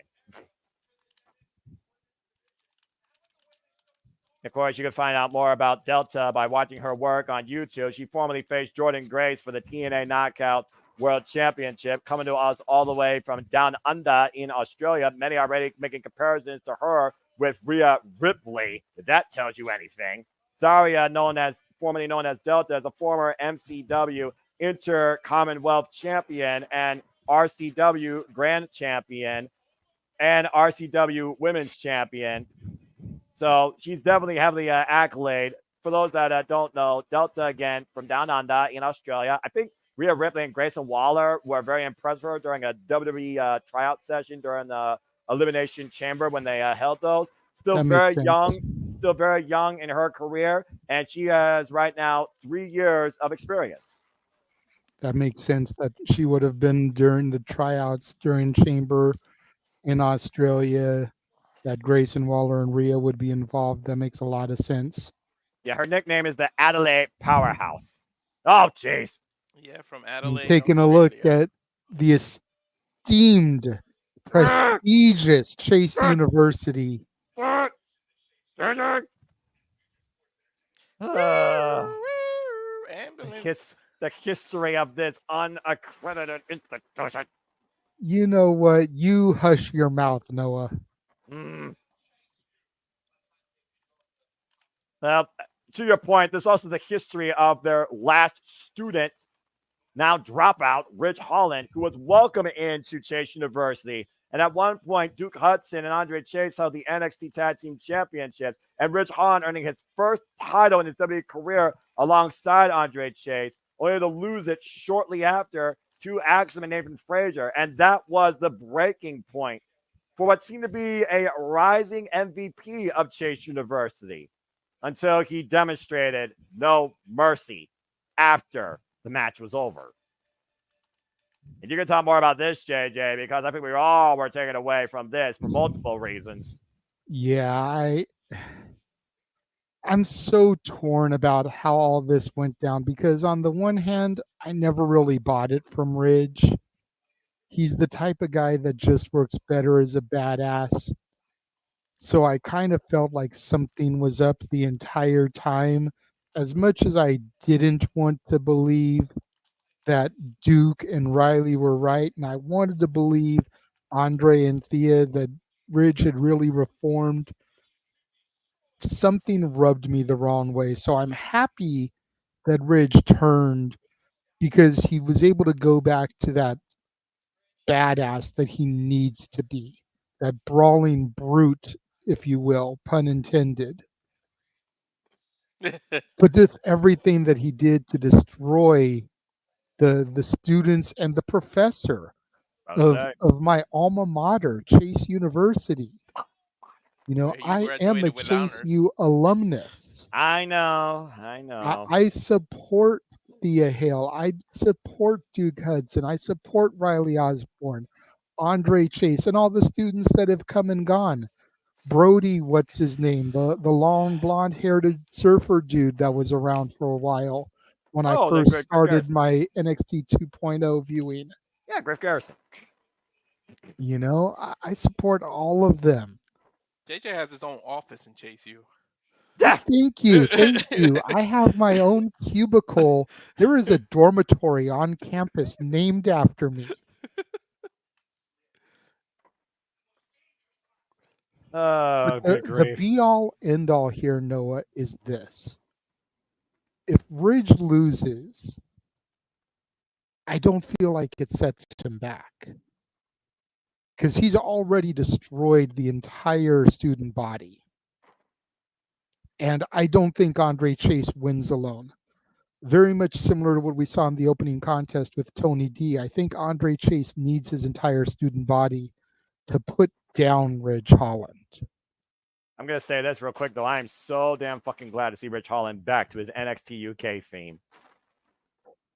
But if Andre Chase loses, then what happens to the university? I imagine without the professor, it falls apart. It crumbles. You know, and I don't think we can afford that because we all know, and even I, the esteemed alumnus that I am, acknowledge Chase University does not work in its current form on the main roster. Chase University and even the D'Angelo family work in the NXT environment, but they're both too gimmicky to work on the main roster. There's So Chase U almost is like its own breeding ground, much like NXT is. Pretty much. You know, you come into Chase U, you build your name, and then you go up to the main roster. I could see Duke Hudson moving up, but I couldn't see Chase U Duke Hudson moving up. You You graduate know to what the I main mean? roster, if you will. I could see Tony Stacks or Luca Crucifino moving up, but I couldn't see the Don of NXT moving up. No. Your NXT literally is its own brand, breathing its own vision of character development that fits this mold, this generation, this identity that is NXT. And as much as I'm still annoyed by it, there's no denying that NXT is Chase University's alma mater. You can't deny Andre it. Chase representing Freddy Krueger with the green and red striped Chase U sweater. Looking to be And Ridge Daniel, Holland you can Nightmare. get out of here with that negativity. The Don't Thea even come Hall. at me with that stuff, bro. Whoa. And again, folks, let's remind people what this is. As Jada was talking about the rules earlier with the tables, eyes, and scares, JJ, you know this is not a regular bout. This is an ambulance match. Yep. First person to throw their opponent in the ambulance and close the doors will be declared the winner. Last time we saw an ambulance match in NXT was literally a few years ago at Halloween Havoc between Damon Kemp and one of the Creed brothers, where the Creeds were saving their identity and their spot here in NXT. Tonight, we find Andre Chase looking to save, preserve, and once again remind people exactly what it means to represent Chase University. After he just opened the ambulance, you know that fire hydrant's gonna come into play. You know everything you just saw back there. That's probably a fair point. And notice, ominous by their absence is the rest of the Chase U student body. Thea Hale's not down there with him. Riley Osborne and Duke Hudson are still MIA. Andre Chase is trying to go it alone here, and he takes it to Ridge very quickly with a big boot. Both men trading punches in the middle of the ring. Well, you gotta consider Andre Chase getting the upper hand, but Ridge just pushing him off of him. Well, we know that Ridge Holland has definitely got the power advantage in this match, but we've seen Andre Chase. He has definitely shown us how educated he is when it comes to professional wrestling, using trade arts and crafts of all the all-time greats. Technical, brawling, you name it. Again, shout out to the correspondents here of NXT, Vic Joseph, Booker T, Sheriff Schreiber, and Mike Rome. Again, we are Simply Reliable Studios. Noah Foster, Walter Cruz. Whoa! Nice cannonball senton. And the regular wrestling JJ Williams here, bringing you the coverage tonight for NXT Halloween Havoc. Shout out to the other members of the family, including that limited to Dattula and, of course, James Hebert. Massive headbutt there by Ridge Holland. That Northern Grit coming into play. Driven face first into the apron, messed with the LED board. And sent into the NXT universe. And to your point, JJ, Andre Chase is trying to lead by example as the professor. Jumping off at Ridge Holland. Look at the heart that Andre Chase is bringing here. Again, very much in a similar situation that we saw with Tony D and Obafemi. Ridge Holland, obviously the bigger, stronger individual. Andre Chase is a little bit scrawnier. He's gotta use his speed and agility to take it to Ridge. He's got to try and get the quick upper hand. Got to take Ridge out of his game. Ridge is looking for that slow, methodical, intentional offense. Where Andre Chase needs to bring it fast and furious like the 25th Vin Diesel's freaking sequel. Right now, Ridge Holland just got driven face first, launched onto the side of that ambulance. Again, to keep you all up to date with what's happening so far tonight, Tony D, with the help of the family, beat the ruler Obafemi to retain the NXT North American Championship. Julian Stephanie Vaquera La Primera pinned the Prodigy as Julian Stephanie beat Roxanne Perez and Cora Jade. But Zarya has also made her presence known once again. And now we see Duke Hudson driving Andre to the ambulance, trying to close the door. Andre, though, pushing back with all his might. Boots right now to the face, or sneaker, excuse me, of Ridge Holland. And this ambulance match will continue here for the moment. The Freddy sneakers. There's that fire extinguisher, Noah. You called it. Oh, jeez. That was me. No, you said fire Andre hydrant. Chase telling Ridge Holland to chill out. And again, blinding him with potassium, aspartame, potassium citrate, chemicals that go into a fire extinguisher. There's a learning lesson for you folks. Compliments of the learning tree. I am the learning tree. And you'll hopefully get to see him this Wednesday when you go to Dynamite in Cleveland, Ohio. And of course, you guys will be covering, we'll be covering here AEW Dynamite Fright Night. Camille versus Chris Statlander, the battle of the strongest. Meanwhile, by the belly overthrow suplex by Ridge Holland to Andre Chase. Gentleman Ben will go one-on-one with Swerve Strickland. Adam Cole for his first test of 3 consecutive matches gets to MJF, goes one-on-one with Buddy Matthews. Good Lord, he just threw that guy like it was nothing. And Private Party will take on the Young Bucks once again for the AEW Tag Team Championships, but if Private Party loses, there does a tag team forever. And so much more to happen this night. Wednesday, when Orange Cassidy is supposed to confront Jon Moxley. Stay tuned for our coverage here at our studios for Fright Night Dynamite. I will be there live. See you guys Thursday. And Andre right now using the stretcher as a launching pad, wiping out Ridge Holland in the entranceway. Wiped out the LED board for a moment. Well, I mean, how many times has the LED board been pushed into? Just saying.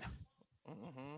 And Chase using the pass when he used the fire extinguisher. If you know, but the power of Ridge hoisting him up and driving him face first into that gurney, that stretcher. You saw the family get involved earlier, JJ, on behalf of Tony D. I'm sure the students, the pupils, the admirers respect Andre Chase. But this is more than Andre Chase versus Ridge Holland. It's Ridge Holland versus Chase University. Whoa, man!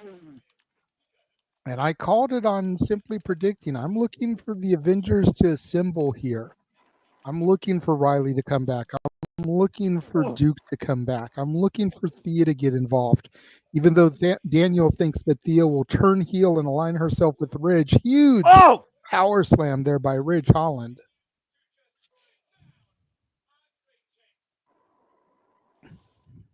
And of course, like you said, those people you mentioned, Duke Hudson, Riley Osborne, and of course the first victim, Andre Chase, all sent to the hospital. And why am I seeing a broom? A couple of kendo sticks now, or as they call them in ECW, the Singapore cane. Please! Call whatever you want. I call it painful as it splinters on the back of that sweater. I'm not sure that helps actually with the impact. Still going to probably leave some marks in your back regardless. Oof. The cracking of that kendo stick. Yeah, of course, Eddie Edwards, to your point, brought Kenny into play. Kenny the kendo stick during Full Metal Mayhem. I'll talk more about that during the commercial as I continue bringing you guys up to speed with Bound for Glory live experience atmosphere. Massive chair swing overhead to the back of Andre Chase. And Rich Holland at this point looking to punish the professor at Chase University before sending him away once again in an ambulance. And of course, still to come, we have Kalani Jordan versus Fatal Influence. It will be a gauntlet match with Thon Henley waiting on the end as Kalani Jordan defends her NXT Women's North American Championship. And Oliver Page will take Trick Williams into the Devil's Playground, looking to once again regain the NXT Championship. That is still to come tonight here on Halloween Havoc. Rich Holland just teeing off against Andre, just getting the viscera of the audience. How often does someone make the professor take a seat? But sometimes the student thinks they're smarter than the teacher. Nice drop hold. And that's the moment right now that Andre needs to regroup a different game plan and find a way to fight back against Rich Holland. Both men have kendo sticks now. Noah, are we going to see a little lightsaber battle? A little bit of on guard right now. And again, the stinging effect. You saw the stinging effect. Rich Holland swinging a miss. Whoa! And that one's Andre for Duke Chase Hudson. winning it like he means it. And this one's got to be for Riley Osborne. Inside Russian leg sweep. And this is all you, JJ. Give me a C, H, A, S, E, U. What's that spell? Chase U. Come on, Noah. Throw it up one time. Only one time. That's it. All right. Just because he did the thing. Anyway, Andre Chase right now ascending to the top rope. Looking to soar tonight. Nice Chase cross body there by the professor of Chase University. And Andre Chase right now in the driver's seat, still cheering Clay. This massive swing to the back of Rich Holland, driving him to the outside. We know that Andre Chase can take a whooping, but can Rich Holland? See Rich Holland right now, unable to regroup. As you see, Andre Chase might be a little bit winded here, grasping his ribs. And Rich Holland again hoisting a power slam on the floor. Huge scoop up power slam there, to your point. And the NXT Universe does not approve of that. Uh-oh. Oh, no. Taking the mats up off the floor, exposing the concrete underneath. And let's keep in mind, the concrete is there to protect the building, not the competitors. That's why they put those mats there. Keep in mind Holland's history of what he does to opponents on top of that. I mean, Sean No, Spears just ask tried to Big E exploit that Langston. one point. Yeah, exactly.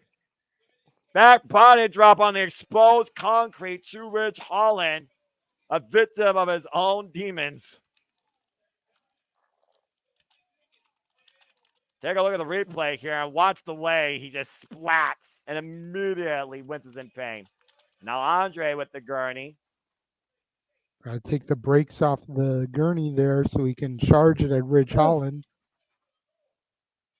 Right into the midsection of Rich Holland right now. And Andre just charging against Rich all around the ring with that stretcher. I don't know if I like this measure, though. Again, I think Chase U's professor right now is fueled by anger and hatred, and that could be his downfall. Oh, no. Vic, you might want to move your candy bowl. Oh, never mind. You remember what happened after the tag team championship match at No Mercy, JJ? Uh-oh. Ooh. Guzzo. Shoulder blade first along the edge of the ring apron there. Yeah, modified apron bomb, and now the front face lock. And once again, Andre Chase driven on top of that announce table. If anyone is going to come back, Noah, this would be the perfect opportunity right here. Oh, boy. So nice to go do it twice. Original game plan and play. Get to the midsection, though. Andre Chase, though, looking to hoist up Rich Holland. DDT on the announce table. Plants Rich Holland. Table does not break and collapse. But look at the grin on Andre Chase's face. Fans want him to do it one more time Almost like a pep because they rally want to here see tonight. that table break, Noah. Well, I mean, I saw Don't 3 forget, doors, the but Pennsylvania fans are some sick, sadistic fucks. this is accurate. Well, look what they grew up on. I mean, yeah. They got Andre Chase right now. Might be looking to finish it. Bringing the gurney now side by side with that table. Again, though, Rich Holland incapacitated. That's a lot of dead weight to move over. He's got him on the gurney, though. This will help him. But again, if Rich Holland gains consciousness here, as they are eye to eye, this is a dangerous spot for Andre Chase to be in as Rich slides off the stretcher. He's eye to eye. Are they going to do the perfect cast? And Rich Holland driving Andre Chase shoulder first in the steel ring steps. Damn, crickets. Thought at least Walter would have got that. I got it. I'm sorry. I was just. I was sending an email. I'm looking at the monitor here. All right. No, I was sending an email at the same time. Sorry, I got it though. Now Ridge has got Andre Chase on the gurney, trying to roll him up the entranceway. Hard to move that gurney, though, let alone turn around 180 degrees. Andre Chase looks like he literally might be out of it, though. Might just be a matter of time here. Andre Chase being pulled closer and closer to that ambulance. All he's got to do is throw him inside and close the door, and that might very well be the end of Chase U. Easier said than done, though. It didn't happen over there on the announced position. I'll say it again. This is the opportunity for someone to come back. But yeah, again, right at the entrance ramp, too. Again, prior to be a very foolish fan, you wonder what Andre Chase might have said prior to this to his classroom. And now Rich Holland with a pumpkin. Yep, shades of the Headless Horseman, chucking those pumpkins at his victims. Oh! And or since there's no pumpkin arena from Halloween Havoc, there's no pumpkin coming out. The fans got a pumpkin some way. That pumpkin driven into the chest of Rich Holland after part of that stretcher was thrown face first. And Andre Chase on top of the ambulance. And Chase U looking to end Rich Holland by any means necessary. Forward senton right now. Rich is down. Andre's up. The hell is he thinking? Absolutely nothing. Doors open. Rich Holland thrown in. All he's got to do is close the door. And Andre Chase. Rich still fighting back, though, again. You know he's powerful. And literally trying to exercise his will of all he can. But you see Rich Holland somehow in a movie, a horror movie, right in the eyes of Andre Chase, preventing the closing of the door of the ambulance. That was a cool just shot. Say, just like a horror movie. Yeah, that was a cool shot. I like how they did that. Oh. The door used as a weapon driven into the face of Andre. Uh-oh. Oh, no.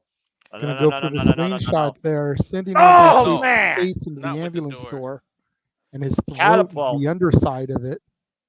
Yeah, about to say, I don't know if he went face first or got decapitated throat first. And the front face up being applied once again, looking to drive him down. DDT on the floor. Either but way, again, Andre Chase may weigh less, but that's dead weight Ridge Holland has to try to move now. Yeah, but it might be a foregone conclusion at this point. He dropped him on his head once again. And now throwing Andre Chase into the ambulance. This match is over. Door slam. Ridge Holland wins. Damn it. Got it wrong. I'm shocked. Me too. Damn, I was debating that. Nobody from Chase U returned. Andre Chase did it on his own. I will give him that. That's the biggest win of Rich Holland's career. Absolute humiliation tonight for Chase University. Ridge Holland saying Chase U is dead. He took each one. Again, take a look at that shot. Just like the killer in a horror movie, reaching his arm out of the closet door to get at his prey. You like would have thought he was trying to take his eye. Much like Freddy's glove came out and took Jason's mask to hell. And again, that package DDT on the floor. Chase University, Andre Chase couldn't fight no more. The biggest win in Rich Holland's career and the biggest humiliation in Chase University history. You got to consider, JJ, you might be an alumni. You might have an office, but is Chase U dead after this? Class might permanently be dismissed. Thanks to Rich Holland. Well, that was a bit anticlimactic. I mean, again, absolute embarrassment for Andre Chase, unable to prevent the closing of that ambulance, a proverbial closing of the doors on Chase University. But we'll see how your university bounced back from this. Well, that's the first one I got wrong. Damn it. I'm 1-2. Yeah. Let's go ahead and see what some people. And again, Daniel and Arlene, stop trying to turn Fiel heel. Stop trying to raise JJ's ire. I'm just saying. I'm there for you, at least there. I'm there for you. I agree. They should have brought the damn pumpkin back right now. And of course, looking at our Nathan, good to see you. Emmanuel also saying boo. He agrees with you. And Matthew figured, I think just about everyone got that wrong. He might be right. Well, again, JJ, your brand has been on fire ever since their evolution into the silver and gray, and they're going to take it to the extreme come Wednesday, November 6th, when they come from the home of Extreme, the 2300 Arena in Philadelphia, Pennsylvania. I know you're ready for that. Definitely ready for that. Unfortunately, it looks like I have to work that day, so I won't be able to participate in the watch-along festivities, but I will see it the next day when it goes up on the CW network. There you go. One of those things where you just watch it as you can. It's always priorities over passions, as we always like to say. Here's we got another commercial break. Again, we have 2 matches left.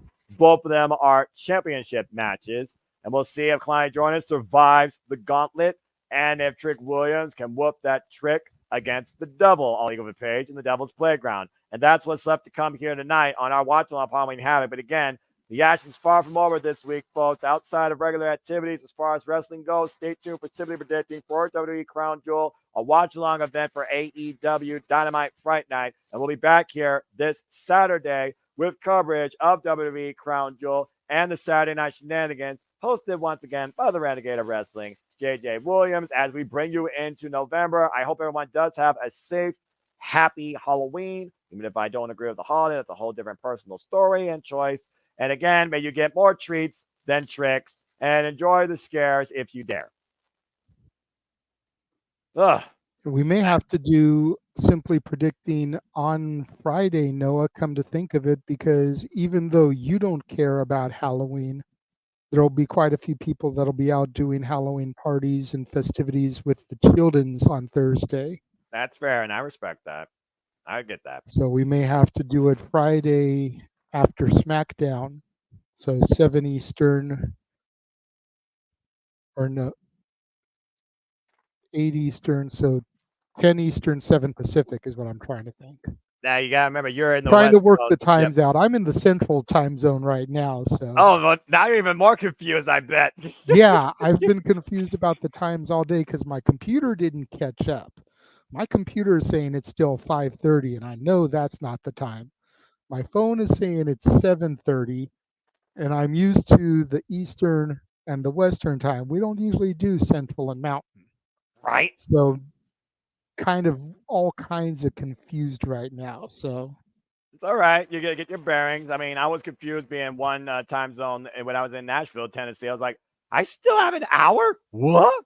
So yeah, I get the Friday confusion. It would be at, if SmackDown usually starts at 8 Eastern, it would be over by 10. So 10:15, 10:30 Eastern, 7:30 Pacific.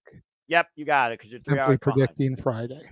All right. Well, why don't we just make it official? As again, we're on a commercial break here, folks, and we're just stalling for time. So again, TNA Bound for Glory. I mean, you want to talk about NXT, you want to talk about nightmares overcome in the TNA Knockouts for Tag Team Championship match. Winnie Chu and Rosemary look like they were in the driver's seat for a good duration against Spitfire before Danny Luna and Jody Fret were able to neutralize that Fret with a little bit of power combination at the end. But I find it extremely interesting how Rosemary reached a breaking point and sent Wendy Chu night with a spear post match. It does make me wonder, did Rosemary exile Wendy Chu, or did we just get a match of demons and nightmares to come in and out of TNA or NXT? I don't know, but I'm concerned about this. Granted, I still haven't seen All Abound for Glory. I was only around for the 0 hour yesterday, the countdown. Right. So I haven't seen how all this played down, but I'm concerned because Wendy Chu just came back to NXT as this darker heel character. I'm worried that with Rosemary turning on her, you're going to run the risk of turning her back into a sympathetic babyface. We don't want babyface Wendy Chu. I've been enjoying this darker Wendy Chu. I agree. We don't want to run the risk of seeing this, babyface change in her and going back to the pajama wearing, falling asleep, mid match. No. So I'm concerned what's going to happen come Tuesday with Wendy Chu and her character development. Or she got revenge on Rosemary during the TNA tapings that my friend Paul went to. He summoned for a very interesting 2 weeks of TNA. As we now know, TNA, they're heading towards a turning point next month in November, but they also announced the return of Genesis next year in January. Yes, which I need to add to our trailer. And of course, I know we'll work more on that and probably show an updated trailer later in the week, maybe after Crown Jewel, because I think that's perfect because that's the start of November. We'll be done with Crown Jewel. Perfect beginning with the second and quick, simple show. And again, people want to hear me roast that show like freaking John Oliver tonight. PayPal, it's as simple as that. Whether now or simply predicting. But that's a whole different conversation. That being said, of course, we also talk about TNA Bound for Glory. There were some great grudge matches that happened. We also had a bit of a Monsters Ball, and tonight, we got Ava Raine with Sheriff Schreiber. Let's get some details maybe regarding Halloween Havoc and what's ahead in NXT. And I got Ava Raine's done a great job as NXT's general manager. She really has found her role.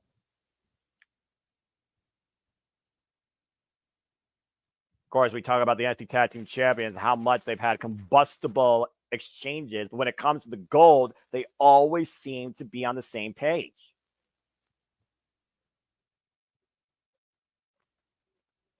And of course, we're talking about, it sounds like what you're going to see on Tuesday night, JJ. Lord William Regal and Lexis Keen's corner against Charlie Dempsey for the Heritage Cup. And of course, Javon Evans and Sarah Alexander will challenge Fraxium for the NXT Tag Team Championships, it sounds like. A little bit of a devil's eye on Ava Raine tonight.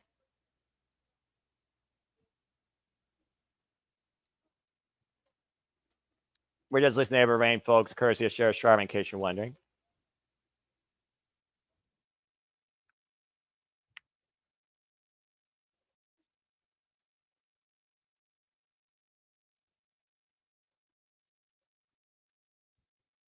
Dama Ray! I think Walter's going to lose himself worse than Eminem does in Detroit, JJ. Should be a solid match. Lola Vice and Jada Parker with special referee Don Marie. In a hardcore match. But in the meantime, time for the NXT Women's North American Championship. And remember, it was dealer's choice. This is a gauntlet match. And of course, it's for the NXT Women's North American Championship. Can Kalani really do anything?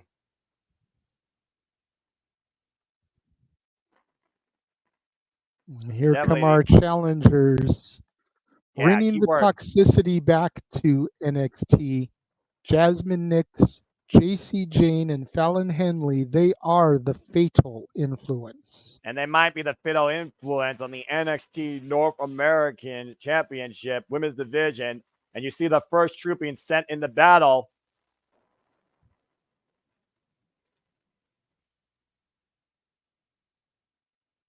Jasmine Nix, of course, a former NXT Women's Tag Team Champion. Or not Jasmine Nix, excuse me, JC Jane. Jasmine Nix, though, has been a protege of Jessie Jane ever since that fallout from Chase University with Via Hell. The fact of the matter, though, JJ, we know the Brown Heavyweights at the end, but you got to consider she's got to go for the gauntlet. Any of these women tonight could become the NXT Women's Overhead Championship. So it's more about the fact that it feels like we're in the title tonight than Fallon Henley herself. Absolutely. And I mean, it wouldn't be a disappointment to see JC get some singles gold, but Fallon has been positioned for a minute to get a big push. A lot of people thought Fallon should have won the title at Battleground, Including me. but Kaylani Jordan was able to get it done, proving why she is her. And if you watched the Denise Salcedo interview, she talked very briefly about her and how her and Mello met and became a couple. It was kind of cute hearing the story. Kalani has been an outstanding champion, even more a premier athlete, pun intended, with only 2 years of actual wrestling experience, originally developed in NXT, comes, of course, with a background in gymnastics as a Terman. If you want to know more about that, just ask Soruka. We saw Soruka and Kalani Jordan recreate the spirit, the energy of competition of Will Ospreay and Ricochet over that title back at Heatwave. Honestly, a defining moment and a defining match, in my opinion, in Kalani Jordan's run. But again, Kalani Jordan, she's been NXT Women's North American Champion for a while. The first, might I add, who established the identity of this title with the several defenses against Wendy Chu, Tatum Paxley, Soruka, Meacham, and of course, most recently, Wen Sinclair.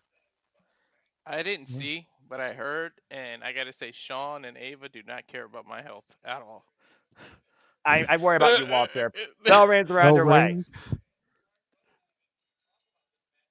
You got to figure Kaylani Jordan is going to look to make quick work of Jasmine Nix, being the least experienced member of the Fatal Influence roster and having even less experience than Lani herself. The quicker she can put Jasmine away, the more time she can spend taking on JC, and JC's going to be the one to really look to wear down Kaylani Jordan. Yeah, I think the game plan here is clearly test out the champion, then wear down the champion, and beat the champion. I think it's a 3-part strategy. There's a reason why they say Fallon Henley for last. To your point, Fallon Henley comes in here on the trio, the most wrestling experience. And of course, Jasmine Nix, one of the youngest in-ring competitors, less experience. Ooh. Then Kalani Jordan, straight out of the NIL program, up and around. Kalani Jordan, nice arm drag. Jade from Mortal Drop Kombat, kick. that outfit. Well, we saw Jade Cargill, Bianca Belair, and Kalani Jordan form a super trio against Fatal Influence during the premiere weeks of NXT. Springboard moonsault off the second rope, watch Jasmine Nix out on the outside. Jasmine Nix, again, formerly known as Jade Gentile. That was her alter ego with less than a year of professional wrestling experience. High fall away slam. Crossbody. Just jumped into the fall. Gotch. I'm a little tired, okay? I'm literally running on fumes. I've had 5 hours of sleep in the last 48 hours. I've already seen Tina Bound for Glory, 5 flips, Buzz Sound Ride, ATVs, all the food I can imagine. And I still got to get ready for AEW Wednesday night. Even I can watch. That's fair, Noah. That's fair. You know, while Walter's over here with his freaking Hugh Hefner robe. Jasmine Nix going into her Avila 33rd. Hefner.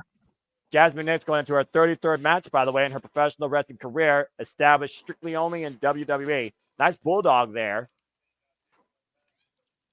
And Jasmine Nix right now teeing off against the champion. And here's the cover. And a 2 count. Emmanuel, you missed it. I was calling her that in the pre-show, saying that if she wins, the fans could end up turning on her like they did Cena against Triple H at Mania 22. Well, how many times have we seen John Cena overcome triple threats, gauntlets, scrambles, elimination chambers, Royal Rumble? Cena has done the point. everything. We've seen him overcome in matches that he should not have overcome. We saw him overcome a 3-person deficit at SummerSlam 2010 against the Nexus to put them away when he should have lost and the Nexus should have gone out on top. Jasmine Nix looking for the fisherman. Counter, inside cradle. Ooh. That last man standing match where he was handcuffed and all that, he overcame all that and beat Randy Orton. It was stupid. Ooh. I just rewatched that match. That's what's fresh. Schoolgirl by Kalani Jordan. 2 count again. Another near fall there by Kalani Jordan on Jasmine Nix and up and around, hoisting up Jasmine. Big angle slam right there. Days of Olympic gold medalist. And up to the top rope, Kalani Jordan looking to get through the first round of this gauntlet with a 450 splash. Jasmine Nix defeated. That was a beautiful 450 splash. 1 down, 2 to go. Here comes the second, to your point, as she continues to run the gauntlet, Jessie Jane. Oh, boy. Jessie Jane, of course, comes in here with 8 years of wrestling experience. And, of course, like I said, former NXT Women's Tag Team Champion. Beautiful Tigati Harris to Kalani Jordan. Trained by Jay Lethal, Matt Seidel, and, of course, Sarah Amato, known as the Lady of Rock and Rumble. Up and over! Corkscrew. Big corkscrew. Lonnie's got to be careful taking those risks, though. You don't want to injure yourself so that you're easy pickings for a woman the experience of Jessie Jane and especially Fallon Henley in the later goings. Yeah, Jessie Jane, formerly known as Avery Taylor, former WXW Women's Champion, ACW Women's Champion. High cross body, hook of the near leg, kick out at 2. And, of course, Jessie Jane recently recovered from a facial fracture, no longer grotesque. And to your point, you mentioned earlier, former 2-time NXT Women's Tag Team Champion with Gigi Dolan in the original Toxic Attraction. Yeah, they held those titles for a combined near 250 days. Armringer, move it around. Whoa! Of course, we saw Gigi Dolan in the cold open. Nice Good to see her back doing stuff with NXT. And hopefully a return will be imminent. Bringing aboard once again, maybe looking for that split leg moonsault, but Jessie Jane beating Kalani on the ascent. Now hung up in the tree of woe. And again, Jessie Jane right now is here to do one of two things: win the title or wear Kalani down enough for Fallon Henry to seize the title for Fatal Influence. JC doing the proverbial stomp in a mud hole and walking it dry, and then a beautiful cannonball. You got to wonder if she won the title, would that even cause decision in Fatal Attraction? Senton drop, running Senton, hook in the near leg. It's a 2 count. That's a fair point, Walter. If JC's able to get it done before Fallon even gets in, will that ruffle some of Fallon's feathers, since she was the chosen one to do the match? Well, it was dealer's choice, but also let's keep in mind, when this group was first established, it was Jessie Jane that was the first member that brought Jasmine Nix as her protege through that Chase University sprint with Thea Hill. And Fallon Henry betrayed Thea Hill and joined these two to put all the rookies of NXT in their place. Jessie Jane and Fallon Henry with the experience. Drop toe hold there. Guillotine across the second rope. And the waist lock applied. Kalani Jordan. Jessie Jane holding onto the ropes. Oh, man, what a running knee strike. That could do it, Noah. Here. 2 count. And look at Jessie Jane's face. The rock star Jessie Jane. Hard to believe that wasn't it. Look again at that knee strike. Right underneath the draw. Again, it could be the biggest moment in Jessie Jane's NXT career. Demanding that Kalani Jordan gives up right now, just literally ragged on the champion, almost a modified. I would think she'll go for a chin lock here. More so, it looks like she's just trying to literally grasp her head in between her wrists. Again, the NXT Women's North American Championship on the line here in our semi-main event capacity crown on can. NXT Halloween Havoc from Hershey, Pennsylvania. It looked like she's pretty much just trying to smother Jessie Jane taking too much time taunting the crowd, though, allowing Kalani to get her breath. Again, mounting a little bit of offense here. Yeah, but the longer Kalani Jordan fights, the more that Kalani Jordan, again, has to show endurance. And fatigue could come into play if she gets to Fallon Henry. Great counter there off the waist lock. And Kalani Jordan right now really being tested as a champion. Here's a cover. 2 count by Jessie Jane. Great modified roll-up there. Running in it. Oh! A massive net breaker. Just a straight up forward attack. Constant assault against the NXT Women's North American Champion. But Kalani Jordan still fighting back. Trying to find a reversal. There's a roll through. And the bridge. And the cover. And Kalani has pinned Jessie Jane. 2 down. 2 down. 1 to go. But can she There's run only the one more entire lap. gauntlet? Oh, I got decked. What the That's hell, what you Rap? gotta do. Get Jessie And Jane here out. comes And Fallon to Fallon Henry. capitalize on that. And Fallon Henry storming down to the ring. And I'm either going for the cover. You got to be kidding me. 2 count. Kalani is not done yet. Don't count Kalani Jordan out. No, that's the ref's job.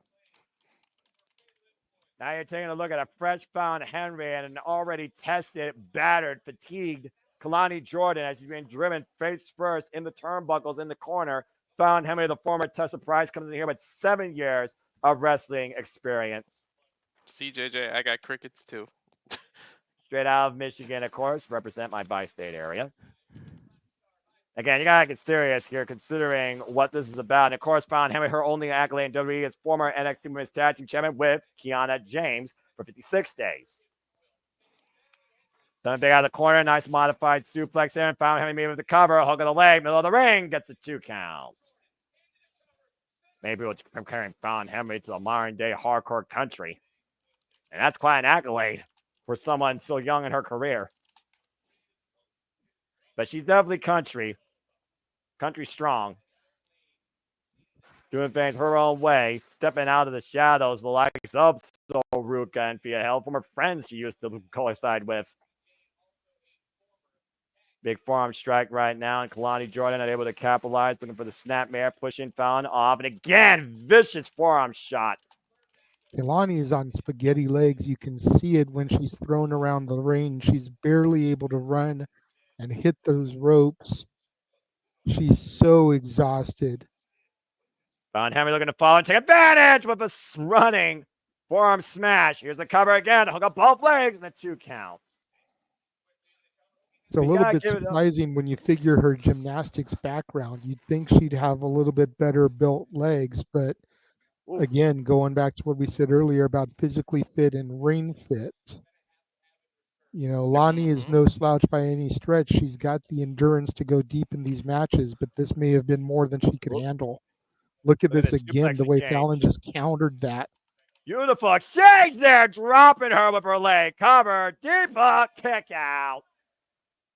I thought she was going for like a reverse DDT. Instead, she just literally took her down with her leg. Take a look at the replay here. To your point, beautiful exchange. Just a driving leg drop. And of course, not the first time these two have gone one-on-one. Let's keep in mind here, guys. Kalani Jordan and Fallon Henry have previous history going one-on-one with each other. And Fallon does have a singles win over her. Able to slide out though, the rig of the eyes. Of course, Fallon Henry also won an NXT Women's North American title qualifier ahead of NXT Battleground, beating Fia Hell. And that's really when she turned. And she's been with that mean girl streak ever since. And boom, and climb middle of the ring, both women down. Double clothesline, double impact, double down. This could be the turning point of the match here.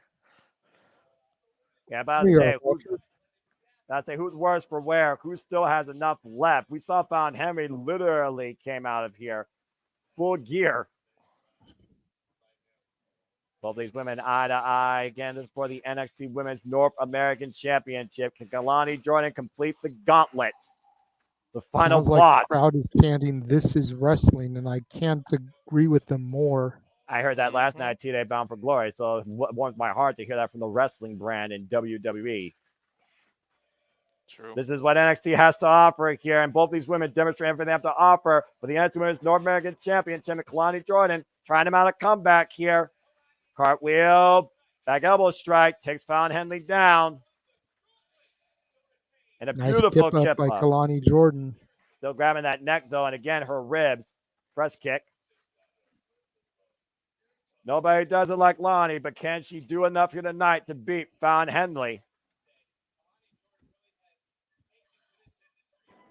It's amazing to see how much development Kalani Jordan has created for herself here in NXT. Wow, man! A little bit too much showboating there. A little bit flash by Kalani Jordan. Fallon Henley made her pay for it. Now it's flying up the second rope.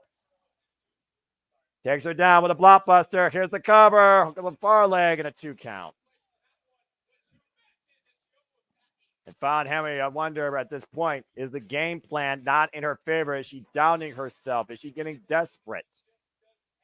Desperate times call for desperate measures. As long as the referee doesn't see it, she can try something dirty. Well, we haven't seen Jasmine Nix or Jessie Jane at all since Fallon Henley had that advantage with that cheap shot at Jessie Jane post-match. Doesn't mean they can't come into play, to your point. Again, it might take a team effort. Face first goes Fallon Henley. Beautiful spiking DDT to your point. And Kalani might be looking for that split leg moonsault. There's the cover, but you see Jasmine Nix coming into play, distracting the referee. And Kalani with a shot to Jasmine, though. Might have preserved Von Henley for a little longer. Here's the cover now. Hook of the leg. Kick out at 2.5. Wasted precious seconds. All that time, the referee distracted by Jasmine Nix, and Kalani did not capitalize soon enough. Once again, going to the top rope. Oh, look at Jesse Jane now with the distraction, but Kalani fighting Jesse Jane. Kalani fighting against the world, going for broke for 50 to the knees.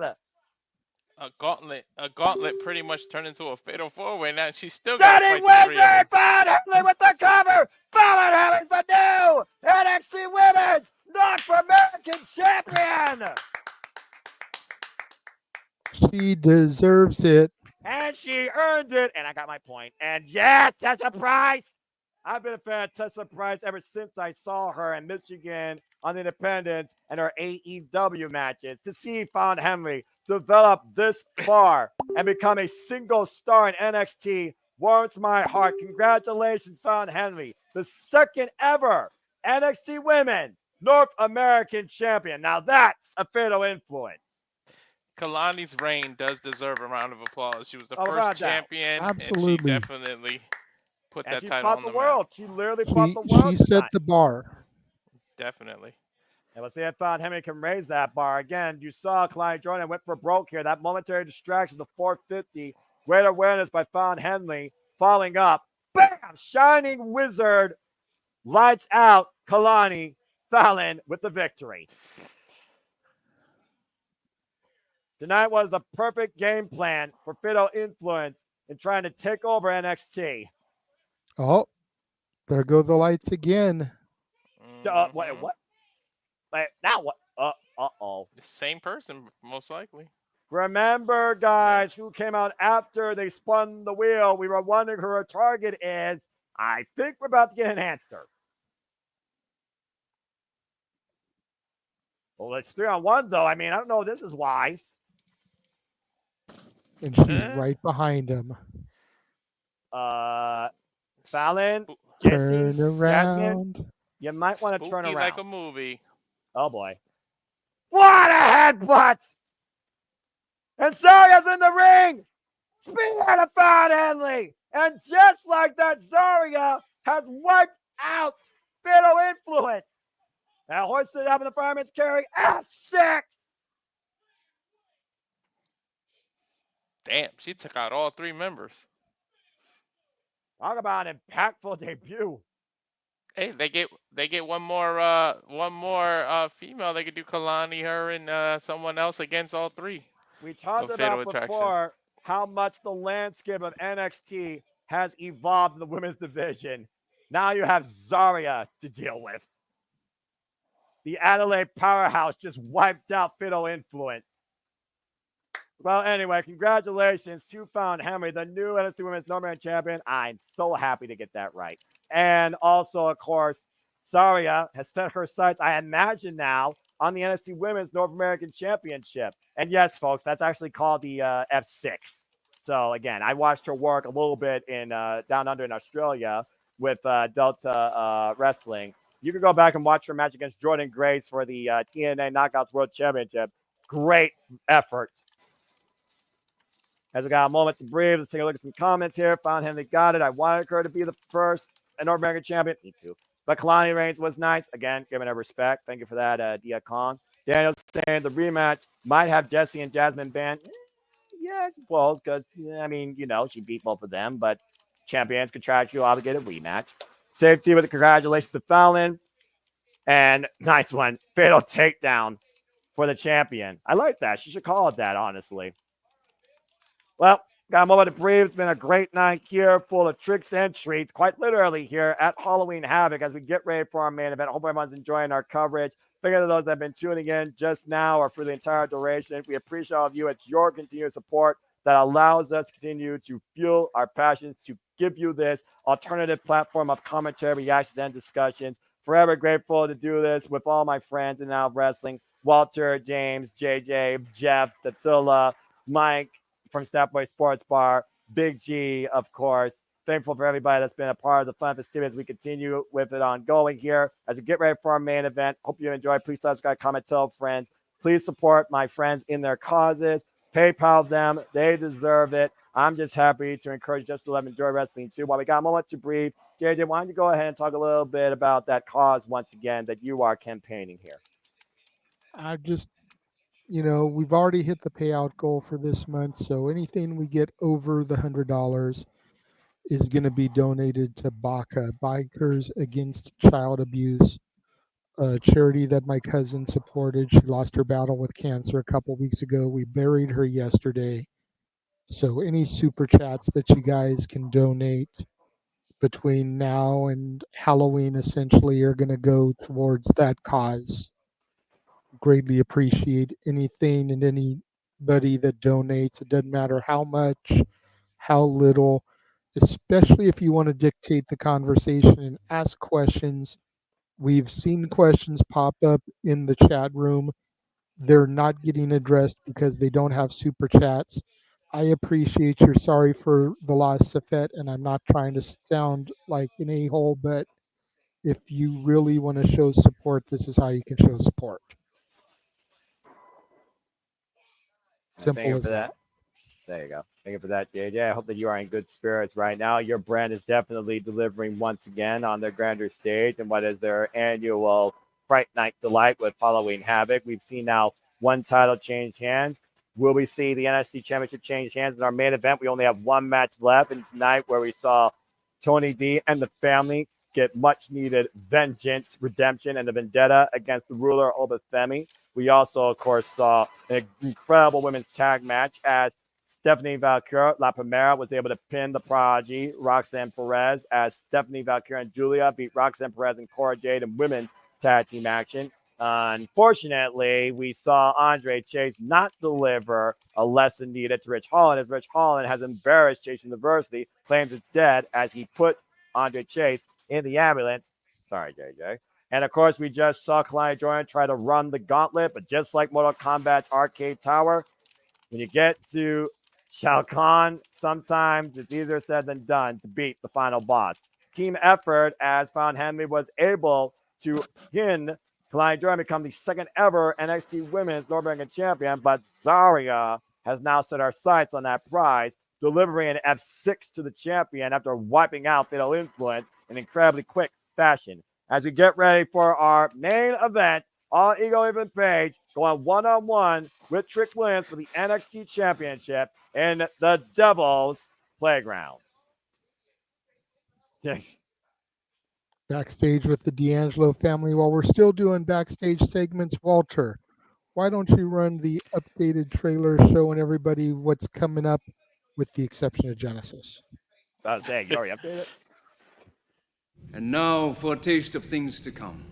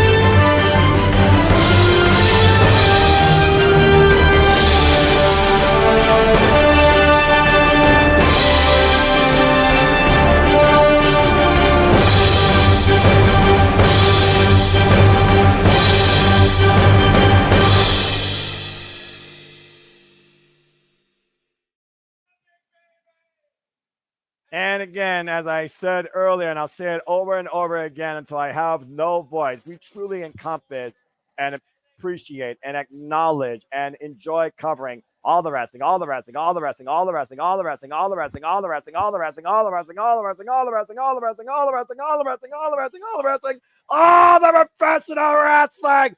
Damn it! And combat sports and other forms of sports. We've been covering UFC and the World Series as well. And JJ, you saw, you got again. It's going to be a wild night come Tuesday night. It sounds like Rizzo knows who attacked her. I got a good idea. But why don't you go ahead and bring people up to speed what Tuesday night has to offer for your NXT? Looks like it's going to be tag team title action as Javon Evans and Cedric Alexander take on the champions Fraxium. We've got Zarya with her in-ring debut and Lord William Regal in the corner of Lexis King as he challenges Regal's own flesh and blood Charlie Dempsey.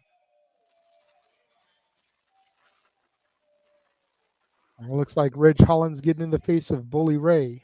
Not sure why that is. And that's twice. Bully saying he let it go in the pre-show. He let it slide.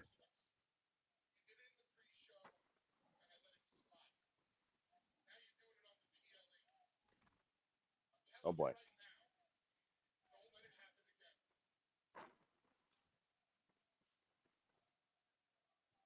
Do you know who he is? Bubba might become Bully right in front of us. No kidding. And I don't think it's going to be in Hell's Kitchen. I think it could be in Philadelphia. We still have one more match left here tonight. And again, for those that weren't here earlier, Everman has also made it official, Walter Breathe. It will be Jada Parker versus Will Device with special guest referee Dawn Marie in a hardcore match at the ECW Arena coming to November 6th edition of NXT. Yep, and Dean, Dean, Dean, winner, winner, chicken dinner. Emmanuel with the super chat.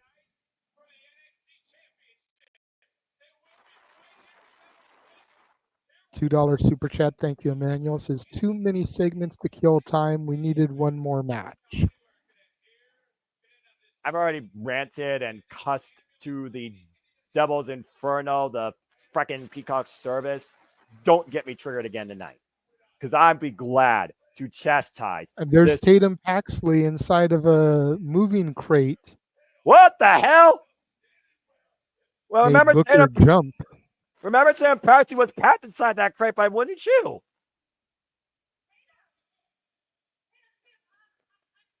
was about to say, she could be suffocating.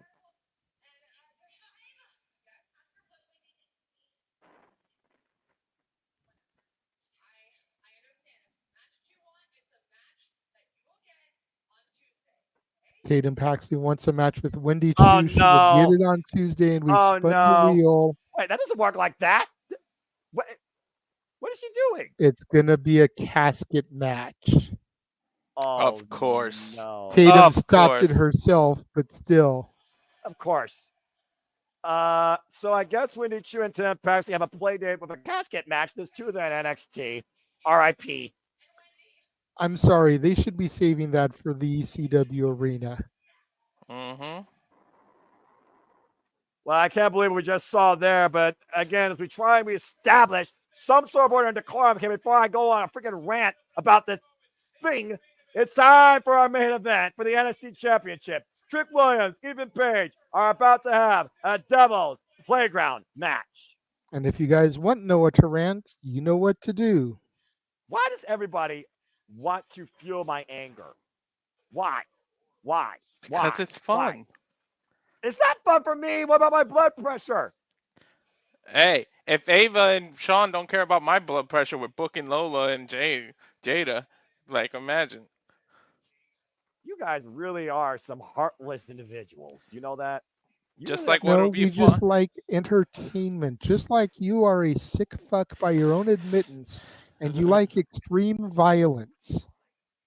We like watching you get flustered and upset and embarrass yourself because it is not normal for the simple man. The simple man is stoic. He's always got a poker face on. He rarely shows extreme emotion unless he gets caught up in his professional wrestling, or unless I bring up Aubrey Edwards. You know, so to get you fired up and riled and animated is something everybody loves to see. Even Safed is saying, "Super chat it. Let Stop us it. hear Noah rant." Stop it. Plus, Hey, the super chat would go to a good cause. exactly. Not only do you get entertained by Noah ranting, but you support a good cause. It's a 2-for-1. Ay, Yeah. ay, ay. And if you read the banner across the bottom, you won't be the only one being embarrassed soon, hopefully. The things I do for friends. Well, anyway, I mean, let's go ahead and bring people up to speed with the story of Trick Williams and All Ethan Page, the devil that is about to become the All Eagle deity. Those eyes, we talk about the dimples, we talk about the smile, the eyes are about to tell the story. We heard what they said in that intense face to face. How Ethan Page said that Trick Williams never faced hardships or anything like me. We've seen Trick Williams, though, the growth, the evolution, the rise, overcoming Camilo Hayes, Ilya Dragunov, and of course, getting back the NXT Championship. Here we go. I gotta say, I do like Ethan Page's NXT theme. Ego. It's like a weird ego. It's almost like it's like warped a little bit. And I like how the ambulance kind of looks like the Ecto 1 from Ghostbusters. Yeah, that's Yeah. what I was I was saying trying. earlier. I was Yep. trying to figure out the vehicle, but I couldn't remember the exact naming of it. Yeah. I brought it up earlier, but I didn't say the name. Should have said the name. That's all right. It's one of those Uh, things where it's like lost and fought. yeah. What's not I lost am and actually going to sit out commentary on this one, gentlemen. I'll let Walter do the commentary with you just because it's getting kind of late here. People are starting to wind down. Some of them are starting to go to bed. okay. I will still chime in after the match with thoughts on the match and whatnot, but I'd rather not get overly animated and loud as people are trying to wind things down. So, All right. Well, All you right. gotta do one more thing before you leave, as always. You know all what's right, about to I'll happen, do a folks. couple of them. I don't like doing it too long because I think it's silly myself, Noah. But It's a bop. I'll give it you to. It's a bop though. huh, I like it. Yeah, man. Uh-huh. Oh yeah, man. Oh yeah, shuck it, duck it, dog. Pimping ain't easy. Is he dressed like Willy Wonka? That's exactly Yeah. what he is. He's Trick Willie. God damn it. He did the somersault. God damn it, Trick. Okay, get me out of here. Put me in the green room, Walter. All right. That's Trick Wonka. Good grief. This freaking guy. Well, after we've talked about the rise of Trick Williams, now two-time NXT champion with the aid of CM Punk, overcoming All Eagle Ethan Page, but he never beat the man truly one-on-one, all on his own without some sort of outside influence. These two have been locked in war ever since Heatwave, when Ethan Page first arrived and targeted Trick Williams for the NXT Championship. This literally might be Ethan Page and Trick Williams' endgame tonight, and one of them might be swept in hell. Might be their last showing, before it was either Pete Dunne was interfering or just someone always getting involved. Now it's one-on-one to see who the true champion is. This might be Ethan Page's last chance as well. This is his obligation rematch, and so now we got to see. But let's go to Mike Rome as he introduces our main event. Oh boy.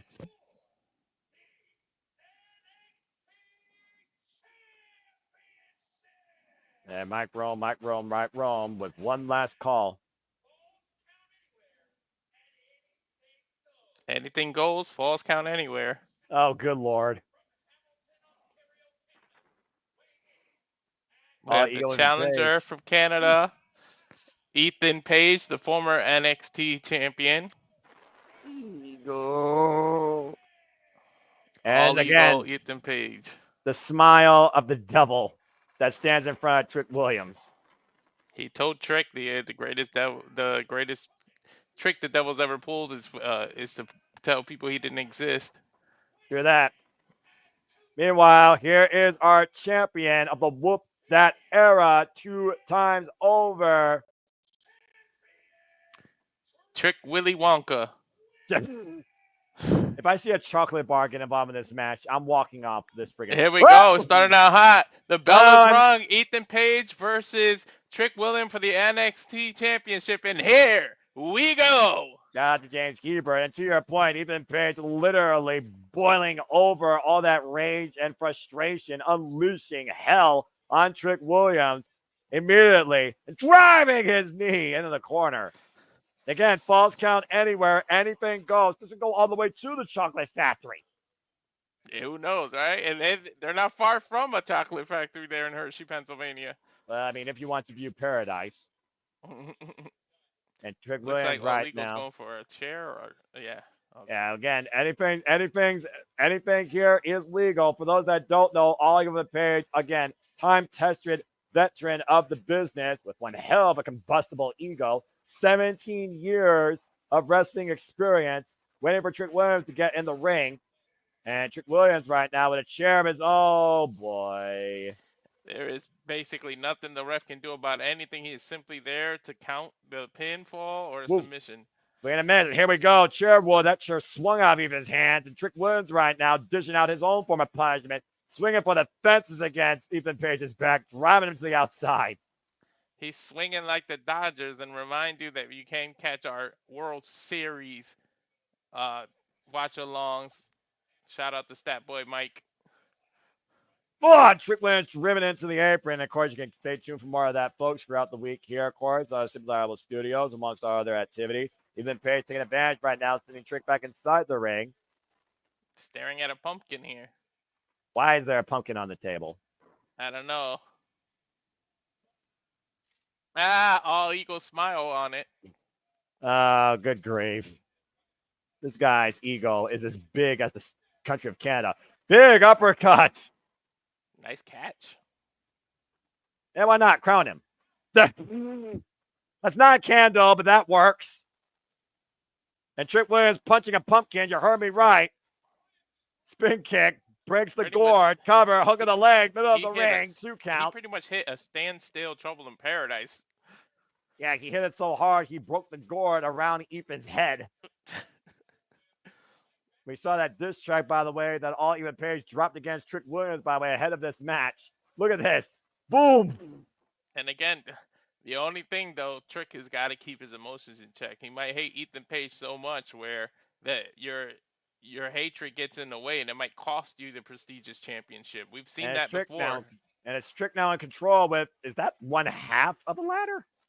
That is those are the ladders that can stretch out that lean against the house, much like we saw at Bound for Glory yesterday, where you made the bridge out of it. Those That's can fair. stretch out to 30 feet. Retractable ladder again. Yeah. And even Page sent face first into the apron. Whoop that pumpkin. Really, NXT? And up and over, because even Page of the NXT Universe, it looks like they're going to take the fight to the crowd. And again, falls count anywhere. Perfectly legal. The streets, they can fight all the way out to the streets in Pennsylvania there. There goes David Greca and Bully Ray, innocent bystanders, want to call it that, watching on this fight that's taking place now for the NXT Universe. And Trick Williams in firm control right now, whooping that Trick, might whoop that Trick all night. Again, we're in the Devil's Playground. Yeah, but he went to go hype up the crowd, took his eyes off the ball, and All Eagle took advantage there. Yeah, massive trash can shot to the back of Trick Williams. Oh my God, there's nothing but concrete out there. He looked like he's trying to go for a power bomb. Or raises the edge of the trash can. That body dropped Ethan Page for the trash can. They're not trash can a whole different way. And a cover can happen anywhere. 2 counts. Oof. Jet's got that left shoulder up off that bat body drop for the trash can. Trick Williams with 3 years of wrestling experience. Started back at CCW Wrestling Academy. Now a 2-time NXT champion.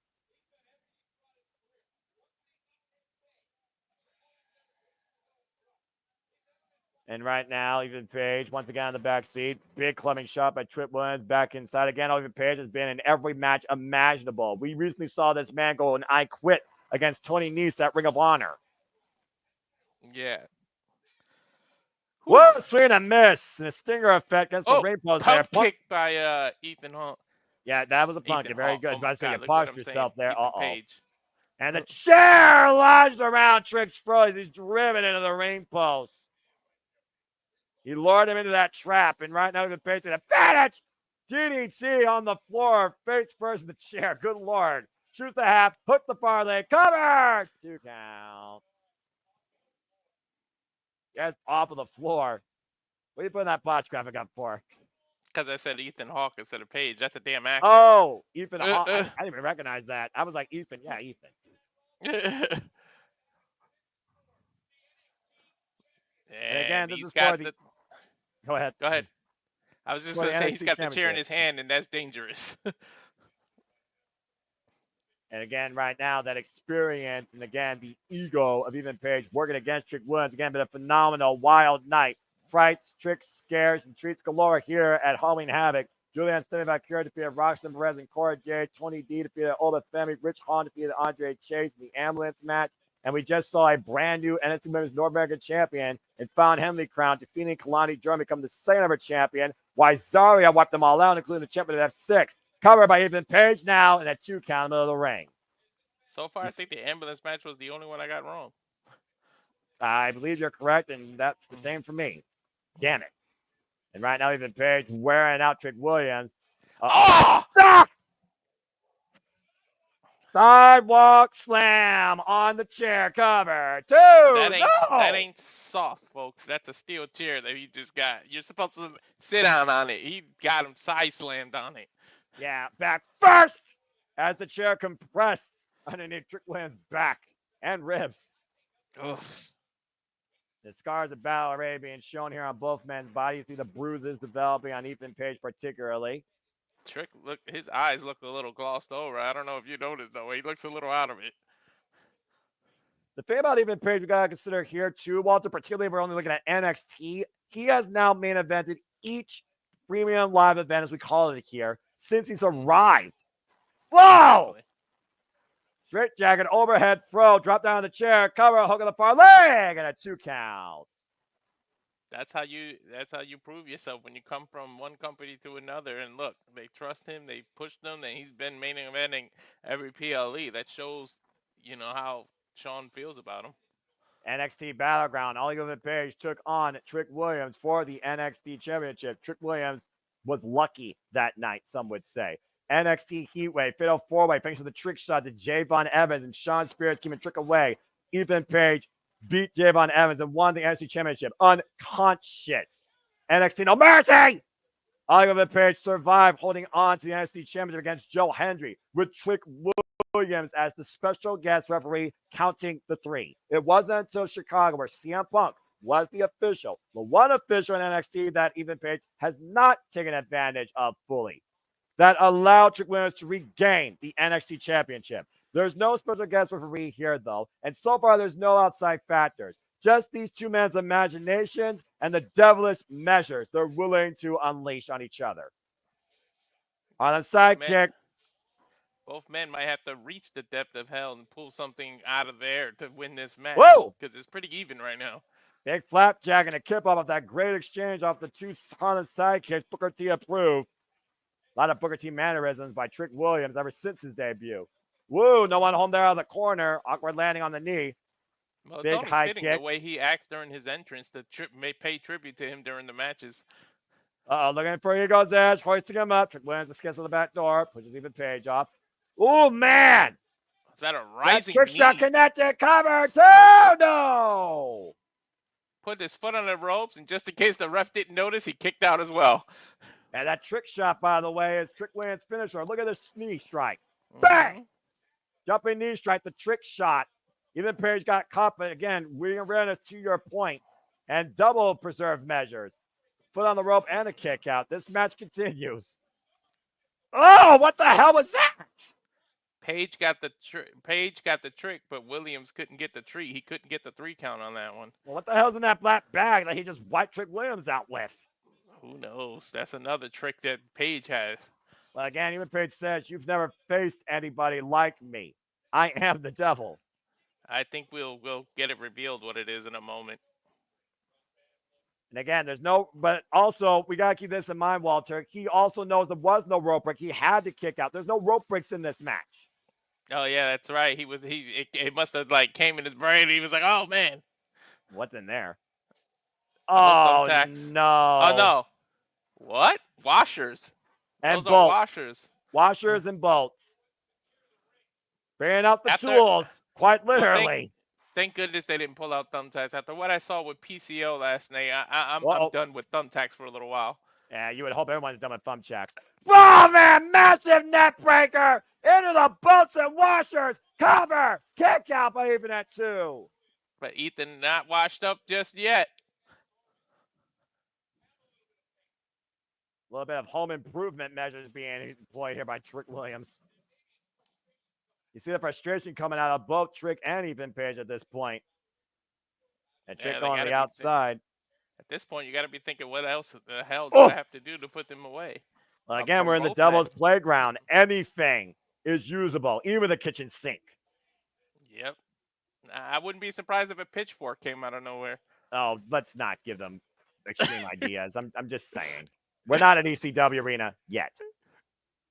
Crucial point here in this match is both men trying to regroup. Even Page is trying to get fueling and back into his back, quite literally. I think he's grabbing the stairs. And, of course, those stairs still warped from earlier on. Anything even Page get his hands on, but again, those are heavy steel steps. Trick taking advantage from behind, though, with the axe handle. And again, the wear and tear of Ethan's back, unable to even move with the steel steps in hand. And, oh, no, the table again. That's the regular table, no Spanish announce table. Oh, but Trick pushed ribs first into, oh, dear Lord. Oh, I think he's spitting up blood. Yeah, there's some internal damage there. He was pushed into the sharp edges, the side of the steel ring steps, ribs first, and even Page literally sees blood. Yeah, I think he went gut first, or rib first, to your point, and then boom. Oh, I think I know what's in Page's head to get him from the table onto the stairs. Oh no, and I think he's going for a massive Eagle's Edge. Shout out to the bad guy with a step up assist to your point. Trick Williams planted through the announce table. And covers anywhere. Cover 2. No. How the hell did Trick kick out of that? Based on Page's face, he's got to be wondering the same thing. Convulsion, maybe, or just sheer will. Look at this.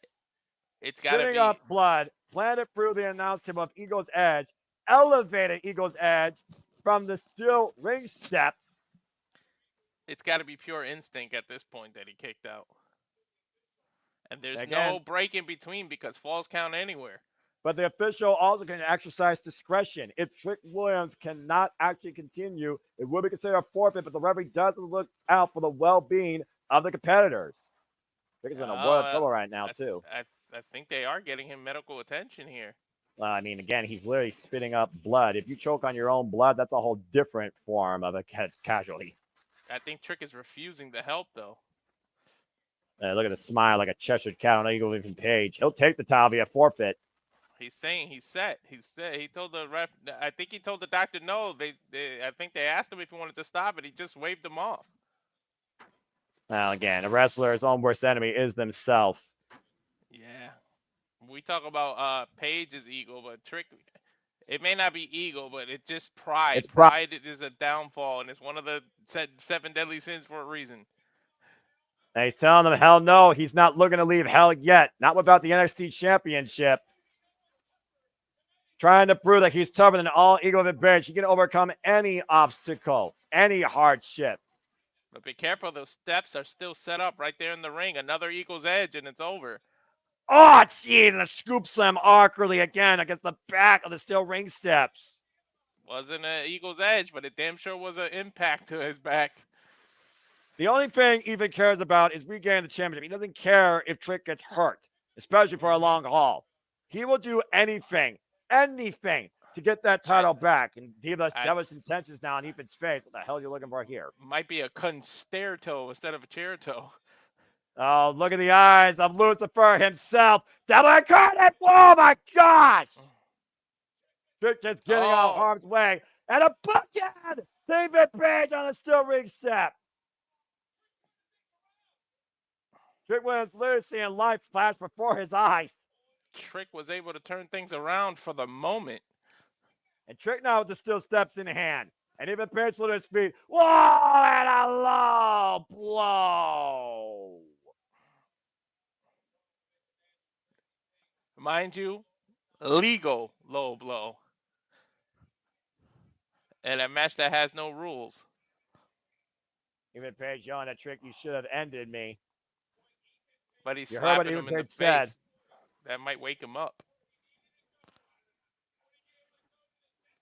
I am the devil. Is that what he just said? Yep. Again? What if it's a low blow? Turnabout's fair play, Noah.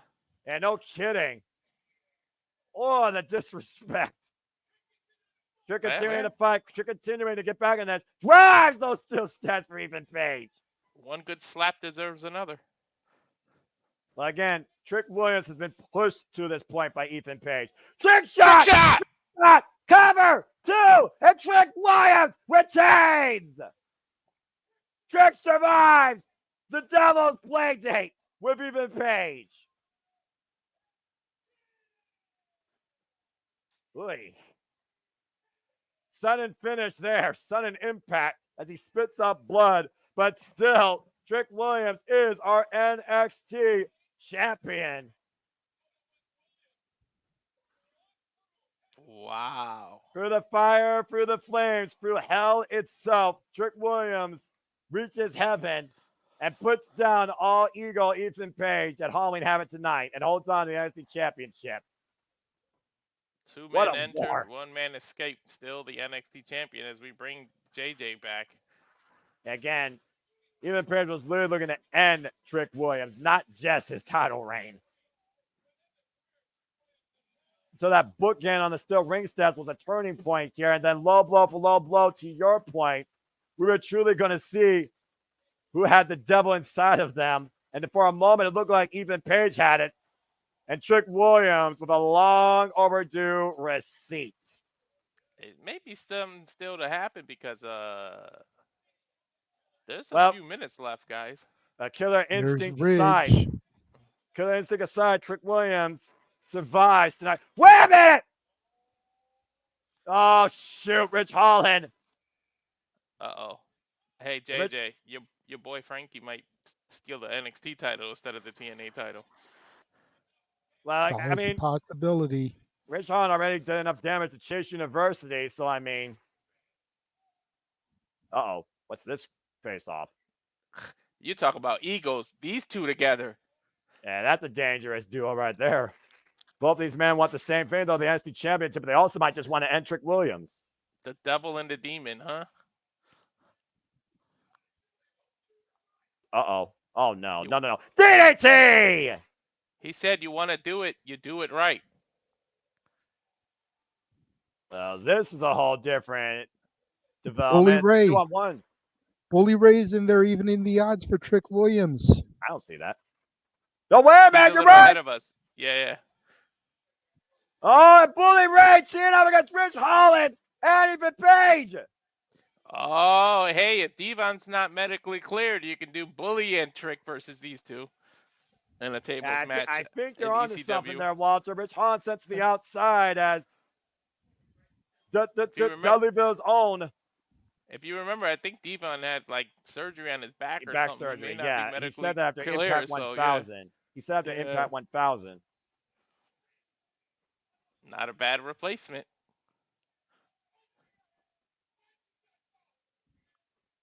Bully Ray warned Rich Holland.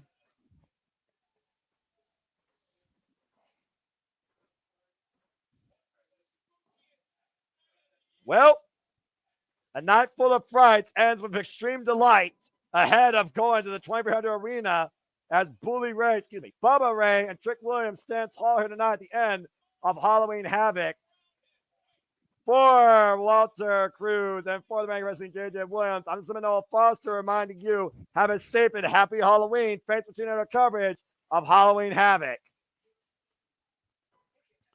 Yes, By the whatever show. you guys do on Thursday, if you're not joining us and tuning in through any of our other coverage this week, which again, World Series Game 3 watch along coverage tomorrow with Stat Boy Mike. Game 4 coverage on Tuesday with Stat Boy Mike. On Wednesday, it'll be Fright Night Dynamite watch along coverage. And if the Yankees get a game, Game 5 coverage will be on Wednesday night also. As of right now, not necessary. So don't want to jinx things for the Dodgers. But You want to jinx yourself? if necessary, then That's what it is it'll right be now. on Wednesday as well. Simply Predicting for Crown Jewel will be on Friday.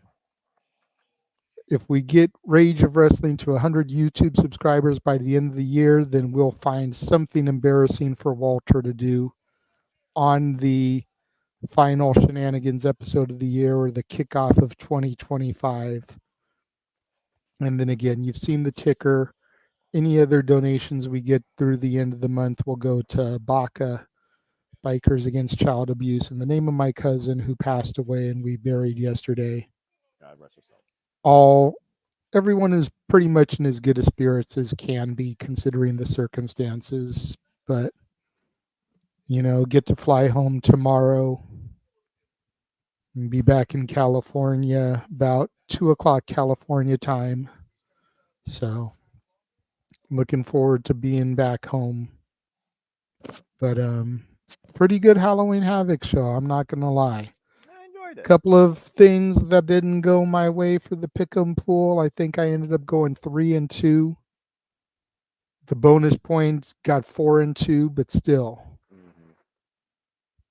solid show overall, and I'm looking forward to seeing what Fright Night Dynamite has in store for us, as Noah will be there live in Cleveland, Ohio. AW! I think the ambulance match is the only one I missed, and I didn't get the bonus. Considering Noah's always talking about, I'm a frugal, simple man. I don't spend money on myself. SummerSlam, freaking Dynamite, Bound for Glory.